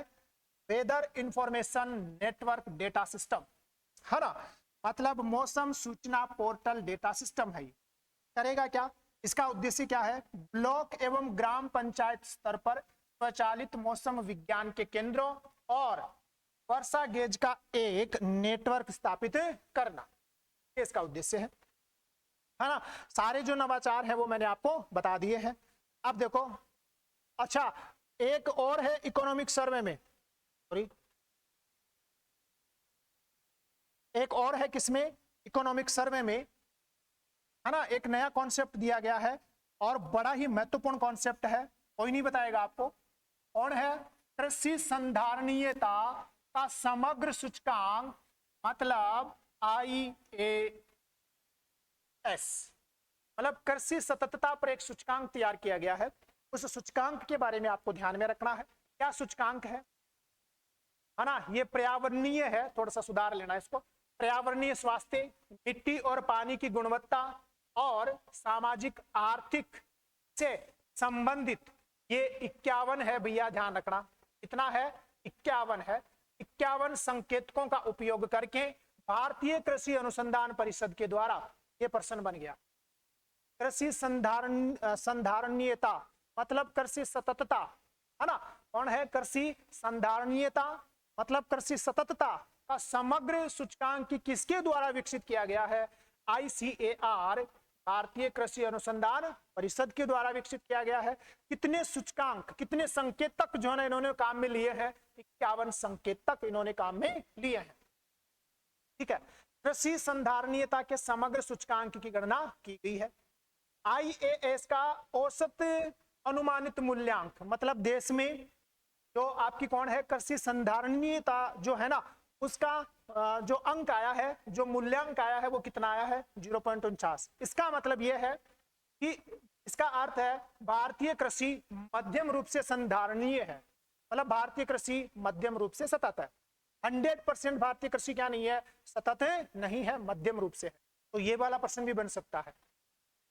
मिजोरम, केरल, मध्य प्रदेश, आंध्र प्रदेश, मणिपुर, पश्चिमी बंगाल, उत्तराखंड राज्यों का प्रदर्शन राष्ट्रीय औसत से बेहतर है। ये राज्य याद रख लेना, मिजोरम, केरल, मध्य प्रदेश, आंध्र प्रदेश, मणिपुर, पश्चिमी बंगाल, उत्तराखंड राज्य से ज्यादा है। इससे क्या है, ज्यादा है। राजस्थान में सबसे कम संधारणीय कृषि पद्धतियां हैं। राजस्थान की कृषि सबसे कम सतत कृषि है, सबसे कम संधारणीय कृषि है। ठीक है, ये इंपॉर्टेंट था भैया। प्रश्न कैसे बनेगा वो मैं अभी आपको बता देता हूं। ठीक है ना, ये लो जी, प्रश्न पढ़ो। प्रश्न क्या है ये पढ़ो। सितंबर 2023 में शुरू किए गए किसान ऋण पोर्टल के संदर्भ में निम्नलिखित कथनों पर विचार कीजिए। किसान ऋण पोर्टल जो अभी हमने पढ़ा था, सितंबर 2023 में शुरू किया गया था, है ना। इसका उद्देश्य क्या है? निर्बाध, मतलब इसके कथन दिए गए हैं। तो पहला कथन क्या है? निर्बाध ऋण प्राप्ति के लिए किसानों को सशक्त बनाना इसका उद्देश्य है। बिल्कुल है, क्योंकि ऋण प्राप्ति में जितनी भी बाधाएं आ रही हैं उनको दूर करना है, तो इसका उद्देश्य है, तो ये सही है। दूसरा, किसान ऋण पोर्टल संशोधित ब्याज अनुदान, किसान क्रेडिट कार्ड मतलब MISS KCC योजना के प्रमुख चुनौतियों का समाधान करता है। यह कथन भी बिल्कुल क्या है, सही है। दोनों ही कथन क्या है, सही है। ऐसा कैसा प्रश्न आपका बनेगा, इंपॉर्टेंट है भैया, क्या फिर मत कहना। ठीक है ना, आगे आओ। जो कृषि संधारणीयता के बारे में क्या प्रश्न बनेगा वो देख लेना। कृषि संधारणीयता के समग्र सूचकांक मतलब IAS के संदर्भ में निम्नलिखित कथनों पर विचार कीजिए, है ना। पहला है, भारतीय कृषि अनुसंधान परिषद द्वारा पर्यावरणीय स्वास्थ्य, मिट्टी और पानी की गुणवत्ता, सामाजिक आर्थिक विकास से संबंधित 51 संकेतकों के आधार पर यह विकसित किया गया है। तो बिल्कुल क्या है, सही है। ठीक है ना। फिर इस सूचकांक के आधार पर भारतीय कृषि मध्यम संधारणीय है। बिल्कुल सही है, क्योंकि जो मूल्यांक आया वो 0.49 था। तो भारतीय कृषि कैसी है, मध्यम सतत कृषि है ना। इस सूचकांक के अनुसार राजस्थान में कृषि सबसे कम संधारणीय है। ये भी बिल्कुल क्या है, सही है। और सारे ही आपके क्या है, सही है। ये भी इंपॉर्टेंट है और इस प्रकार का प्रश्न आपका बनेगा, ध्यान रख लीजिएगा। ठीक है। खाद्य प्रसंस्करण के बारे में कुछ आपकी वो जानकारियां हैं। खाद्य प्रसंस्करण उद्योग है। ठीक है, हालांकि मैंने डाल दिया है, आपको ये ध्यान रखना है। खाद्य प्रसंस्करण संग्रहित क्षेत्रों में कुल रोजगार का 12.21% उपलब्ध करवाता है। बस इतना सा आपको ध्यान में रखना है ना। और तो कोई इतना स्पेशल इसमें है नहीं, है ना। तो इसको मैं थोड़ा सा स्किप कर रहा हूं। अब एक योजना है कौन सी, जो परंपरागत योजना है, और प्रधानमंत्री किसान संपदा योजना। कौन सी योजना है, प्रधानमंत्री किसान संपदा योजना। इसमें प्रश्न कौन से बनेंगे, 3 लाइनों पर प्रश्न बनेंगे। पहला प्रश्न क्या है, लागू करने वाला जो मंत्रालय है वो कौन सा है, खाद्य प्रसंस्करण उद्योग मंत्रालय। एक तो ये प्रश्न बनेगा। प्रधानमंत्री किसान संपदा योजना लागू करने वाला मंत्रालय कौन सा है, खाद्य प्रसंस्करण उद्योग मंत्रालय, भारत सरकार है। ठीक है। अवधि क्या थी, अवधि थी वर्ष 2016 से 2020। कितने करोड़ रुपए का व्यय हुआ, 6000 करोड़ रुपए का व्यय। बाद में इसकी जो अवधि थी ना 2016 से 2020, उसको बढ़ाकर कितना कर दिया गया था, 2020, मतलब अवधि 21 तक बढ़ाई गई थी। ठीक है। उद्देश्य क्या है, उद्देश्य है प्रधानमंत्री किसान संपदा योजना एक व्यापक पैकेज है जिसमें खेत से खुदरा आउटलेट तक एक कुशल आपूर्ति श्रृंखला प्रबंधन के साथ साथ आधुनिक अवसंरचना का सृजन करना। से न केवल खाद्य प्रसंस्करण उद्योग का विकास होगा बल्कि किसानों की आय में भी वृद्धि होगी। मतलब ये कह रहा है कि एक तो खेत से लेकर खुदरा व्यापार तक जो बीच में जितने भी लिंकेज है उन लिंकेज को दूर करना, चाहे वो बैकवर्ड लिंकेज हो चाहे फॉरवर्ड लिंकेज हो, उनको क्या करना, दूर करना। कृषि अवसंरचना का विकास करना, है ना। और जो आपकी किसान है, कृषि अवसंरचना का विकास है, और जो किसान है उनकी आय में क्या करना, वृद्धि करना। ये 2 वाली लाइन आपको ध्यान में रखनी है। खाद्य प्रसंस्करण उद्योग मंत्रालय, भारत सरकार इसको लागू करने वाला है। अवधि थी इसकी 2016 से 2020, जिसको बढ़ाया गया 2021 तक। और कितने करोड़ का व्यय है, 6,000 करोड़, ठीक है, ध्यान रख लेना। फिर मैंने इसमें कुछ योजनाएं दे रखी हैं, उन योजनाएं मतलब इसमें कौन कौन सी योजनाएं जो है ना वो संचालित है, आपको ये ध्यान रखना है।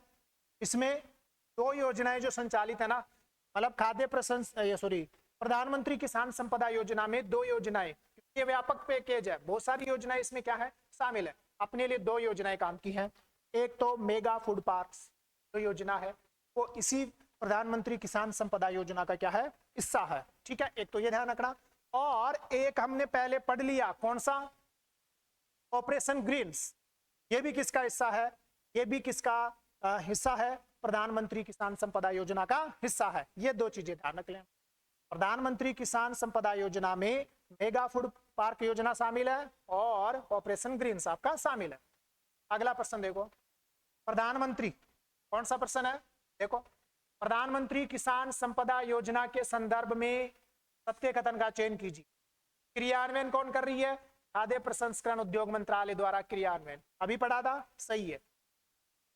वर्ष 2016 से 2020 तक, बाद में वित्त वर्ष 2020-21 तक कितने करोड़ का, 6,000 करोड़ रुपए का वे, क्या है सही है, दोनों ही कथन क्या है सही है, किसके बारे में, प्रधानमंत्री किसान संपदा योजना के बारे में, ठीक है, ध्यान रखिए।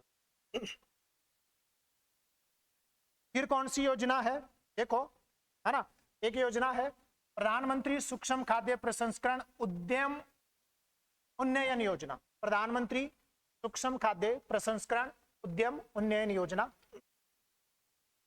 क्रियान्वयन खाद्य प्रसंस्करण उद्योग मंत्रालय के द्वारा, समयावधि क्या है, वर्ष 2020-21 से वर्ष 2024-25 तक, कितने वर्षों के लिए, 5 वर्षों तक, कितने करोड़ का बजट था, 1,000 करोड़ का बजट था। बस ये 4 चीजें आपको ध्यान में रखनी है। फिर इसके जो उद्देश्य है ना वो आपको जो है ना ध्यान रखने की आवश्यकता नहीं है, मैंने दिए हैं, मेरे पास थोड़ा सा टाइम कम है, इस वजह से मैं उद्देश्य को नहीं आपके सामने पढ़ पाऊंगा, ठीक है ना, तो आप ध्यान रख लेना, ये 3 चीजें तो आपको ध्यान में रखनी ही रखनी है, ठीक है। ये एक ट्रेडिशनल पर्सन है, पर्सन क्या है, निम्नलिखित में से किस वर्ष कृषि क्षेत्र की वृद्धि ऋणात्मक रही, सेकंड ग्रेड के एग्जाम में ये प्रश्न पूछा गया है कि कौन सा ऐसा वर्ष है जब कृषि की वृद्धि दर जो है ना वो ऋणात्मक थी, तो इसका आंसर तो 2014-15 है, लेकिन मैं आपको बता देता हूं, देखो पंचवर्षीय योजना में कृषि की विकास दर है ना, तो यहां ध्यान दे लेना, पहली पंचवर्षीय योजना में तो 3.7% थी, दूसरी वाली में 2.15% थी, तीसरी वाली सबसे महत्वपूर्ण है क्योंकि पंचवर्षीय योजनाओं में ये एकमात्र पंचवर्षीय योजना है जहां कृषि ने ऋणात्मक वृद्धि की -0.73%, ठीक है। 8वीं पंचवर्षीय योजना में 4.72%, 9वीं पंचवर्षीय योजना में 3.70%, 12वीं में लक्ष्य था 4.0% का, ठीक।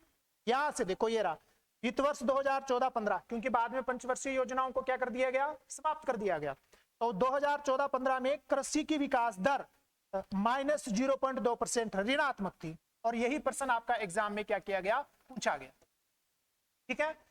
पंचवर्षीय योजनाओं में कौन सी योजना ध्यान में रखनी है, तृतीय पंचवर्षीय योजना, जब कृषि की वृद्धि दर क्या थी, ऋणात्मक, ठीक है, ये ध्यान रख लेना। वित्त वर्ष 2025 में जो अभी करंट चल रहा है, कृषि की विकास दर 3.8% रहने की संभावना, कितनी, 3.8%, ठीक है, ध्यान रखना। एक योजना है जिसका नाम क्या है, पीएम आशा, है ना, कौन सी योजना है, पीएम आशा, प्रधानमंत्री अन्नदाता आय संरक्षण अभियान, ठीक है ना, इसके बारे में भी आप देख लो। शुरुआत हुई 2018 में, फसल खरीद की एक नई नीति है, इसका उद्देश्य क्या है, पहला उद्देश्य देखो, किसान की आय का संरक्षण करना इसका उद्देश्य है। दूसरा, किसानों को उत्पादन लागत का 1.5 गुना या 50% तक एमएसपी प्रदान करना है, पीएम आशा का। और एमएसपी से कम मूल्य पर फसल खरीद होने पर क्षतिपूर्ति करना है, किसको, किसानों को। ये 3 उद्देश्य हैं किसके, पीएम आशा के। पहला, किसानों की आय का संरक्षण करना। दूसरा, किसानों को उत्पादन लागत का 1.5 गुना तक 50% तक एमएसपी देना। यदि सरकार एमएसपी से कम मूल्य पर फसल खरीद कर रही है तो किसान को क्षतिपूर्ति करवाना, ठीक। इसके घटक हैं कितने, ये 3-4। पहला, मूल्य समर्थ योजना, अपने काम की नहीं है, ये है काम का। बी, भावांतर भुगतान योजना काम का है। क्यों काम का है, इसमें एमएसपी और अधिसूचित बाजार में बिक्री या मॉडल के बीच भाव अंतर का सीधा भुगतान केंद्र सरकार द्वारा एमएसपी मूल्य के 15%, जिसमें 2% प्रशासनिक लागत शामिल है, पर किया जाएगा। इसका मतलब यह है ना, अगर एमएसपी से कम पर क्या हुई है, खरीद हुई है, तो जो जितना डिफरेंस है उस डिफरेंस का, है ना, एमएसपी मूल्य का, उस डिफरेंस का 15% तक जो है ना भुगतान कौन करेगी, आपकी केंद्र सरकार कर देगी। इंपॉर्टेंट है ये प्रश्न, ऐसे की ऐसी लाइन आकर आपसे प्रश्न पूछ लेगा भावांतर भुगतान योजना के बारे में। फिर है बाजार हस्तक्षेप योजना, यह भी महत्वपूर्ण है। शीघ्र खराब होने वाली कृषि व बागवानी फसलें जैसे टमाटर, प्याज और आलू आदि की खरीद की क्रियान्वित की जाती है, कौन सी के तहत, इस घटक तय के तहत, बाजार हस्तक्षेप योजना के तहत, पीएम आशा में। मतलब पीएम आशा में ये प्रमुख घटक हैं। इन प्रमुख घटक में से भावांतर भुगतान योजना आपसे पूछी जा सकती है और बाजार हस्तक्षेप आपसे पूछा जा सकता है। ठीक है, ये थोड़ा सा आप ध्यान रख लीजिएगा, है ना। आगे बस अब लास्ट है ना।